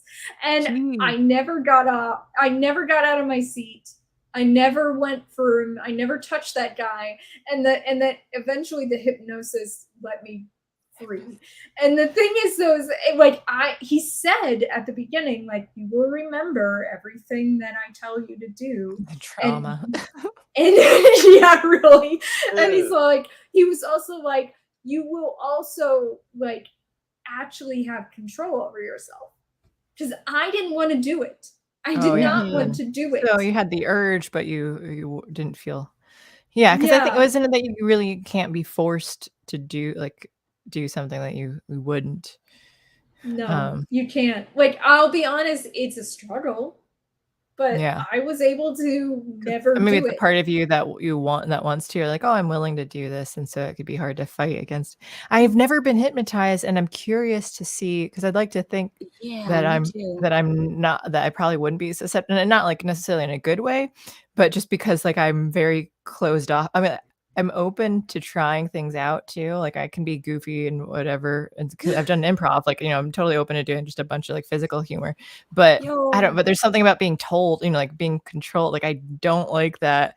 I don't even like giving my brain, you know, like alcohol is like as far as I go with any sort of thing that, because I don't like not having full brain capacity. I don't know if it's shutting off. Go ahead, Lord Coley. I just was going to say, I don't know if it's a myth or not, but I keep hearing that it's actually the more intelligent people that are more thoroughly hypnotized. That it actually, you're more susceptible if you have a higher caliper brain function. I think that would be because people who are intelligent likely can concentrate better. That's probably true, because when I lost focus, I stopped. When you didn't, doing what he wanted me to do. Sure. But like, I'm open to the idea of losing control. I have an anxiety disorder, and I know that if I try to control myself 100% of the time, I will lose control in a way that is uncomfortable and terrible. So I allow myself these moments of uncontrollable, you know, urges and stuff, just as a steam valve thing, you know, like, it's like, it's the whole goth thing. You have to let the monster out every once in a while, or you're gonna become the monster. So like when this guy tried to, like, the idea of being hypnotized sounded fun to me. So I go to this show and I'm excited. I want to try it. I want to be honest with you, a lot of things I want to experience firsthand before I make a decision about it. You know, like that's how I feel about entertainment too. Like everyone says this thing is great or this thing is terrible. And I'm like, I'm going to reserve judgment until I experience it for myself. And I felt that way about hypnotism at the age of like 15. And honestly, I thought it was fun. I mean, it was a struggle when he wanted me to do things I was not comfortable with. And I don't know that I would agree with the idea of telling a 15-year-old to rub a stranger's head as in like now. Like I'm not sure I would be like, but he didn't know how old I was. Yeah. Like, Sure. you know? Yeah. So maybe it's a thing. I mean, I have OCD, so I already kind of have like a thing that's telling you like do these things that you don't really want to do, like the compulsions and stuff too. So maybe it's part of that where it's just like I don't want another thing telling me stuff that I don't know, like just wanting that control or not feeling the urge. I don't know. I'm not sure whether I would be okay with it or not. There was a video that I came out with recently of an old Vampire the Masquerade Bloodlines live stream where this guy keeps telling you to do these things. He's like, go into the room, and he says it every time like you try to talk to him. Go into this room, and I was all like, fuck you. The more you say it, the more I don't want to do it. Yeah. Because I'm like, something's terrible is gonna happen when I go into that room. But that's kind of also a conceit of playing a video game, you know? It's like something awful is about to happen. I mean, I did this thing once where with a resistant hypnosis video, it's supposed to like trick you into being hypnotized by asking you to resist it. And then, and I did this for the express purpose of proving to myself that it couldn't make me. Yeah. Lord Coley, what were you gonna say? Nothing this time. Oh, I just noted you unmuted. To respond, sometimes I just unmute to be like, yes, I see. Just murmurings of agreement. Benjamin Anonymous says, would you kindly, LOL. And I get that reference because I'm a video gamer. And I don't know if any of you on this live stream get that reference. Is it from Super Mario World? Then probably no. It's from BioShock, which is a great video game. I played it for my Fridays. BioShock. No, the reference? Would you kindly? I probably wouldn't have gotten that. So Atlas says that to the player character constantly. Like, would you kindly do this? Would you kindly do that? Would you kindly kill these fuckers? Would you kindly, open this door? And it turns out, not to spoil the game for you guys, but I'm spoiling it. It turns out that would you kindly is a hypnosis kind of command for the player character. So you have to do it. At one point he goes, would you kindly kill this person as a way of using you as an assassin. So it's a pretty interesting story, and you don't at one point you go into a room and it says "Would you kindly" on the wall because it was kind of a big reveal. Like a lot of people were really surprised, oh my god, this whole thing about you have this person in your ear in a video game telling this non-player character telling you what to do. But literally, you're under hypnosis as the character in the story. It was huge. From a narrative standpoint, it was very well written. So it's pretty big among video game players, the "Would you kindly" reference. I've seen a lot of videos about BioShock, and I always saw the intermediate gameplay when my stepdad would play it, but I never actually played it myself. I started it originally before I started my YouTube channel, before I live streamed for video games. And then I restarted it for the YouTube channel, like on my third Fright Friday series. And I'm glad I did because I really liked it. And as Benjamin says, it's right up there with The Cake is a Lie. Unsafe Space, familiar with that. Carter loves Portal. The Cake is a Lie is a reference to Portal, which is another huge video game. And that's the I thing love Portal too. Yeah, when it comes to when it comes to video games, the big shit people remember is the great narratives, like The Cake is a Lie and Would You Kindly. It's not the gameplay is not the thing they remember. Yeah, right. Yeah. I don't know what JB means. If pi are squared, then why are the pans round? Just need to. Well, real quick, Alex, I came in a little bit late for this, but you went to one of those stage shows where they hypnotize a bunch of people? I was in a stage show where I was hypnotized. Okay. Can you tell me like the story of it? I know you already did, but can you catch me up just for my sheer stupidity? Yeah, it was a state fair, and I was really excited to try it because I like trying things. And I was hypnotized, but I also refused a compulsion where he wanted me to touch a random stranger's head and whisper in his ear everything I desired in life. Whisper in his ear, what? Everything I desired in life. Ah. Yeah. Deepest secrets. That's a little bit weird, but I mean, I always thought that hypnotism basically has the same amount of power as social pressure. Like if you're at, let's say, a Renaissance fair and you're part of some silly play they're putting on, you're going to do a bunch of shit you would normally never do. I don't think that means that being at a Ren fair has some kind of mysterious power. It's just that like being in that context, you're in a context where it's okay to do stuff like that. And the whole point of hypnotism is that it makes it okay to do stuff you ordinarily wouldn't do. I basically think that hypnotism is social pressure because it can't make you do anything you don't want to do. Like a hypnotist can't make you quit smoking, but like a girlfriend who doesn't like it if you smoke can, even if you don't want to. So, having been to both a Ren Fair and taken part in a Ren Fair show, as an audience member, and having been hypnotized, I did feel a difference between the two. As someone who was hypnotized, it was a hell of a lot stronger. Like, literal, visceral reaction to trying to reject the compulsion from the hypnotist. When people in the Ren Fair asked me to do something, it was like, first of all, it wasn't necessarily that out of the realm of something I would normally do. And then also at the same time, I could just fucking walk off the stage. Like it wasn't that big a deal.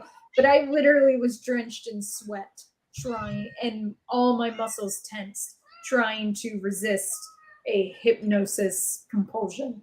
It felt different to me. That's just what, like, from my experience of having experienced both, like, vastly different. Okay. I mean, I've tried like tapes and stuff, but I've never been hypnotized by another person. I was, and it's different. It feels different. Like, honestly, it does. But you have to be open to it. Like, you can't just, you can't be like, this isn't going to happen and I don't want it to happen. Like, if you don't want it to happen, it's not going to happen. I was somewhat open to it. I wasn't open to an infinite possibilities of what he wanted me to do, though. That's the difference. Man, she's upset. I feel like for once, my cat's the quiet one. My cats are freaking out too because they're hungry. So then they're like, Urchin wants my attention. Each other. She wants the attention. She wants dad's attention. She wants the attention. She wants the attention. She wants the attention. You just need all the attention. You just I'm retarded. Yeah. Well. She's going to start else, again. Alex, that you wanted to talk about before you wrap up? No, I talked about the video game shit I wanted to talk yeah. about. We played a couple of rounds of the bomb game. I did kill you, and I'm That's sorry fine. about that. Yeah, I expected it. I was surprised that we even got through. How many did we play? We did 1 or 2. We did Yeah, 2, we did and yeah, I so did save you 50, the first 50. time. Yeah, yeah, thank God, but it's hard, especially when you're trying to figure out the new games and then having to. So like once you get them, then you can be a lot faster with it. So we can play again later.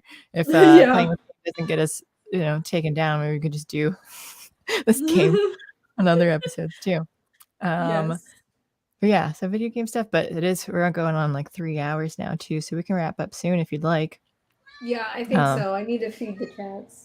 Yeah, same. And I need to bring in the ducks. And I think I'm just gonna share this lemon grab video that I did because I love that goose, and this is just my life having him. So because it's like, oh yeah, like did I have to like practice this or try it out? Like no, this is just hit. Like I was gonna record it, and he was just there, and both geese will like yell at you too. So I just wanted to show I it. think she's acting strange because I was gone, but she heard people's voices, and I don't even have a TV, let alone leave it on while I'm gone, so she's not used to that. Oh yeah, yeah. How do I? Okay. What's the matter? You just Hi. Tomorrow I'm token. Tomorrow I'm token. Tomorrow I'm token. Tomorrow I'm token. Tomorrow. Thursday p.m. East on Unsafe Space. Tomorrow. Thursday. Tomorrow night at 7 p.m. Eastern on Unsafe Space. Oh, that's the cat. I thought it was like some weird digital artifact of death. Hi. Oh, how do I stop it? There we go. But that's what I was just sitting with the ducks, and then like sometimes he creeps up on you too, or just he'll put his chest up against my back, and I won't even know that he was there because I'm like sitting on the ground. And just, hey, how's it going? Like, right there, like time to eat your hair. Yeah, okay. They're geese, Winky Winky Lou and Benjamin Anonymous. Sometimes he gets really mad, but yeah, no, he's got a big personality. So they honk, and they're geese. I do have ducks though; they're much smaller. But yeah, they're fun. I never expected to be like, and now I see like wild geese and stuff too, and I'm like, they're so cute. I'm like, oh, I never thought about them. Like they were just. But now when you have your own, I'm like, they're adorable. Oh, not to like ruin the night with stuff, but like DVD the duck. The other day, I got so scared in the morning. Like put him in the pool, and then I came back out, and he was just like frozen, like he was not moving, like he was awake, but he was just leaning in the water, and I picked him up, and he just would not move. He was not responsive, but his head was like kind of shaking, like his whole body was kind of shaking. So I was terrified because I didn't know what was going on, and slowly, like I had a towel around him, was trying to dry him off, and I don't know if he just got so cold, if he had a seizure or stroke or something, but eventually he came back around. But I was just like, this is the end for you, isn't it? And I was so scared, but all is well. And that was like right before my dad was getting like the wheelchair thing set up for him too. So like, but he's been practicing that. He's getting better. So I was just like, that was right before our team meeting for Unsafe Space too. And I was just like, if something happens, I'm not coming to this meeting. I was preparing to like say, sorry, Carter, I'm not doing this today. But it's fine. Winky Winky Woo, how many animals have you kidnapped now? Oh yeah, I've kidnapped all of them. All of the animals I've kidnapped. Kidnap Missy, please take her off my hands. Ship her over. Oh, ship her over. I don't want her to die. She'll poke a couple holes in a box and she'll be fine. Yeah. Okay, well, happy birthday, Alex. I hope you have a fun day if you end up going to the movies too. Yes. Good luck with that. Are you going to be doing it this weekend, or are you going to celebrate on your actual birthday? I don't know that I'm streaming on Monday, which is my actual birthday. Usually I would do Destiny 2. I might do it earlier in the day because I took the day off from work and then go out to eat for the rest of the night. I know I'm going to the gluten-free bakery tomorrow because they're not open on Mondays. So, and I might order a cake or just get a bunch of cupcakes and pastries and shit because I haven't had carbs in for so long. Oh yeah. Okay. Yeah.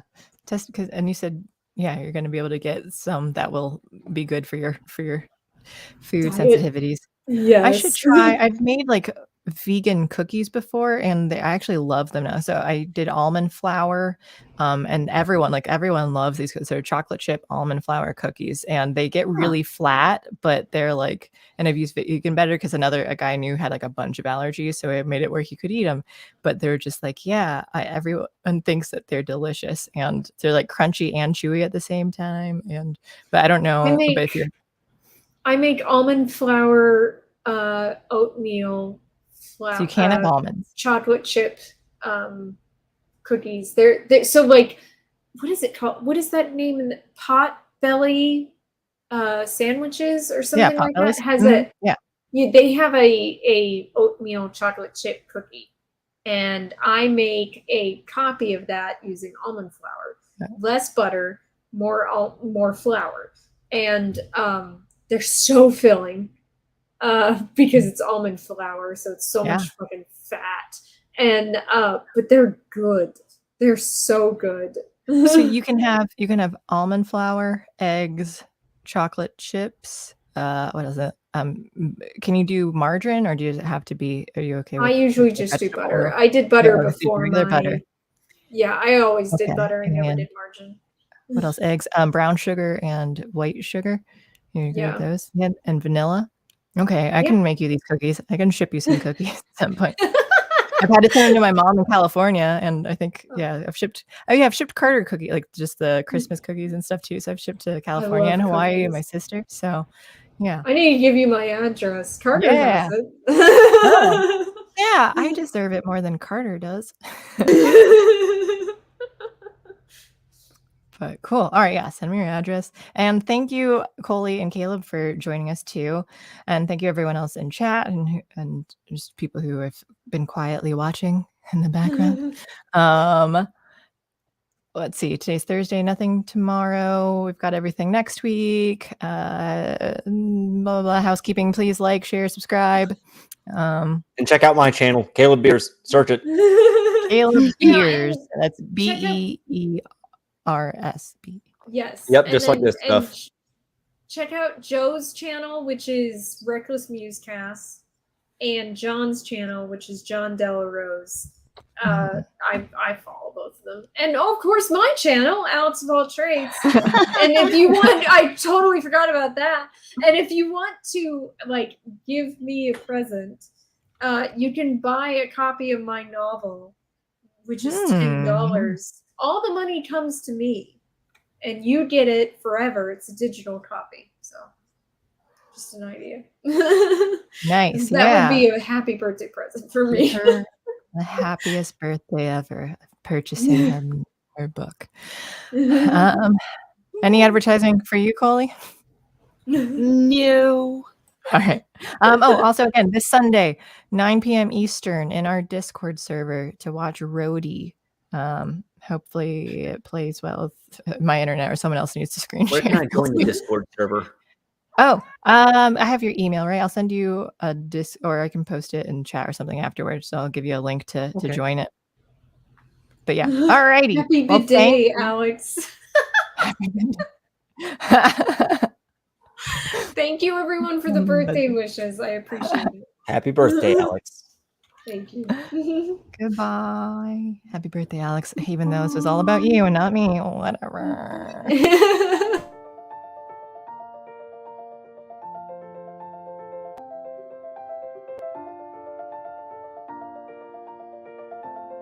Thanks for sticking around until the end. If you're new to Unsafe Space, check out our deep content library that includes discussions with everyone from James Lindsay to Brett Weinstein. And please consider helping to fund our work by visiting unsafespace.com/donate. You can find us on a variety of social media platforms, and you can find a community of like-minded individuals on our Unsafe Space Discord server, which is open to financial supporters at any level. We hope to see you there. Warning. This is an unsafe space. Dangerous ideas have been detected. The content of this production is known by the state of California to cause unregulated ideation that may be harmful to bureaucrats. Association with the following individuals or tacos is strictly prohibited. Apropos of nothing, I was just wondering, how would you feel about another pandemic? Your president is in full control of his mental faculties. If you think about it, no one should be allowed to express opinions.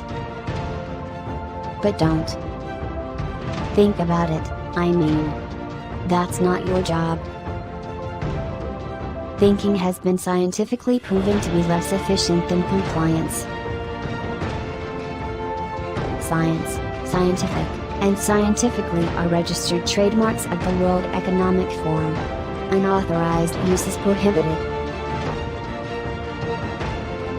Computer voice courtesy. Never mind, that last line is fake news. Please disregard it and return to your safe space immediately. There will be cake.